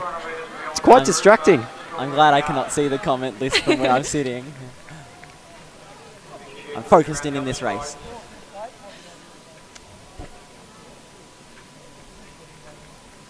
So this is interesting. Gregson has pulled Rayner back onto the shoulder of McNeil. So hopefully the two of them can then work together through this last couple of laps. And that pace did slow down quite a bit there for Dave McNeil, a 71-second lap, so quite a dramatic drop-off. I think that's why we have found that Jack has been able to jump back on here. And Rayner takes the lead.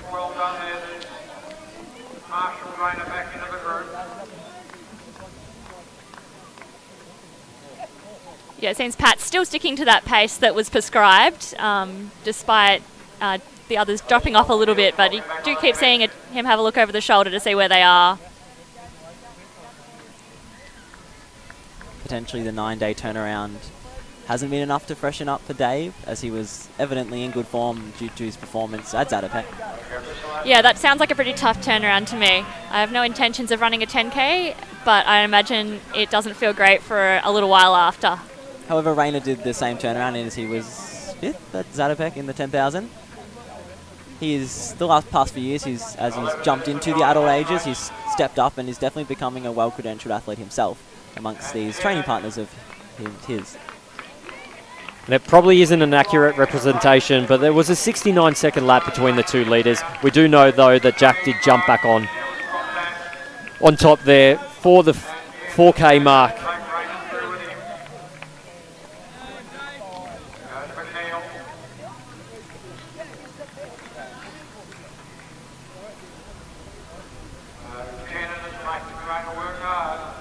So Tiernan's trying to pull Jack through here now.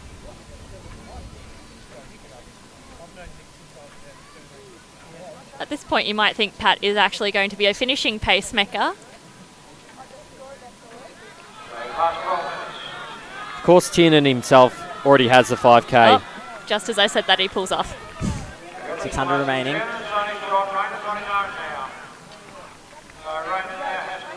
Everest Lassie moves through 800 to go in 12:15.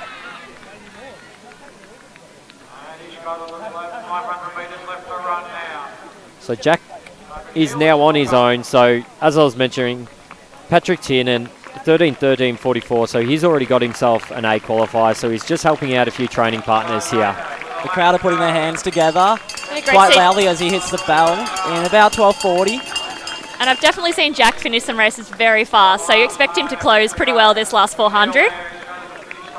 Including quite a famous race when he outkicked the one Matthew Centrowitz, Olympic champion, 1500 metres. And Dave hits the bell in 12:53.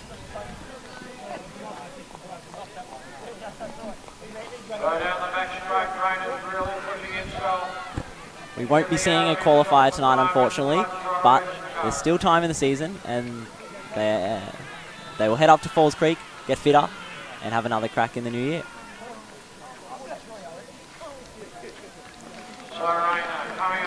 So a 65-second lap there for Jack. So he's picked the pace back up as he comes in here with 100 metres to go. Just as Gabriel Selessi hits the bow in 13:27, and Rayner is running down the straight. Great work from our three competitors here. Grimacing, mouth open, teeth out, Crosses the line in 13:41, 93. Unofficial.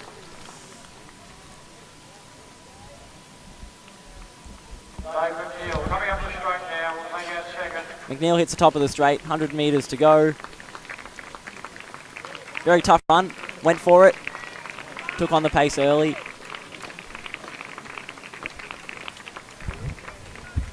As McNeil crosses the line in 14:08.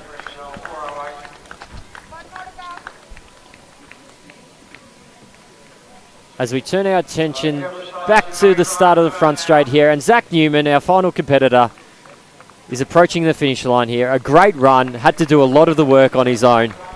Yes, poor Dijon had his own race pretty much. Very gutsy to jump into such a credentialed race where the pace is so hot early. And he crosses through in 14:37. Arms up over his head. And we'll go down to Lyndon.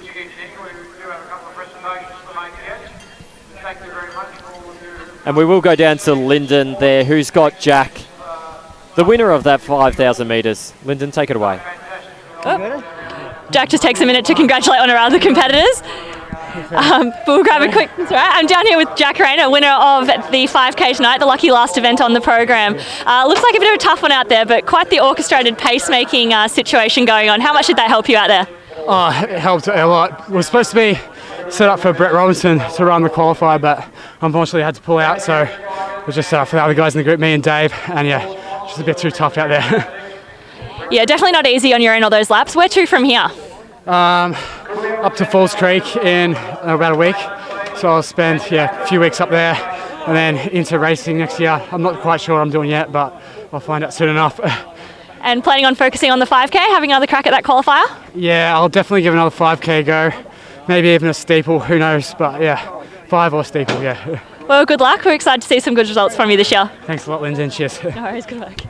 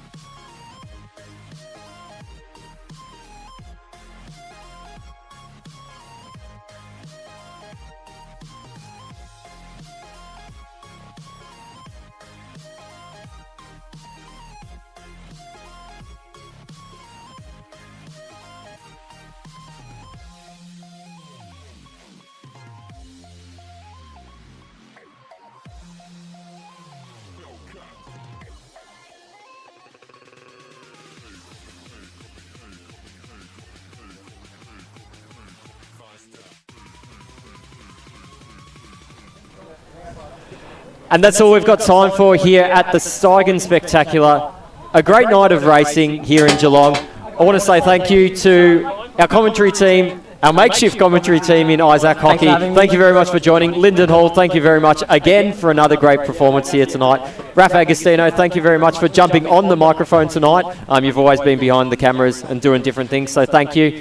Thank you to Nathan Rayner, who's been controlling the roaming camera there, and Dave Armstrong as well. From Athletics Victoria and helping us out with the live stream. We hope you enjoyed the meet. We hope you enjoyed Athletics exclusive coverage. Our races will be live on aeTVLive as well in the coming days. So if you do want to watch them back, make sure you do subscribe. For now, I think that's it. We've got to start the pack-up journey. Thank you again. Have a good Christmas and a Happy New Year, and we'll see you back for Meet 3 of the Victorian Milers Club. Bye.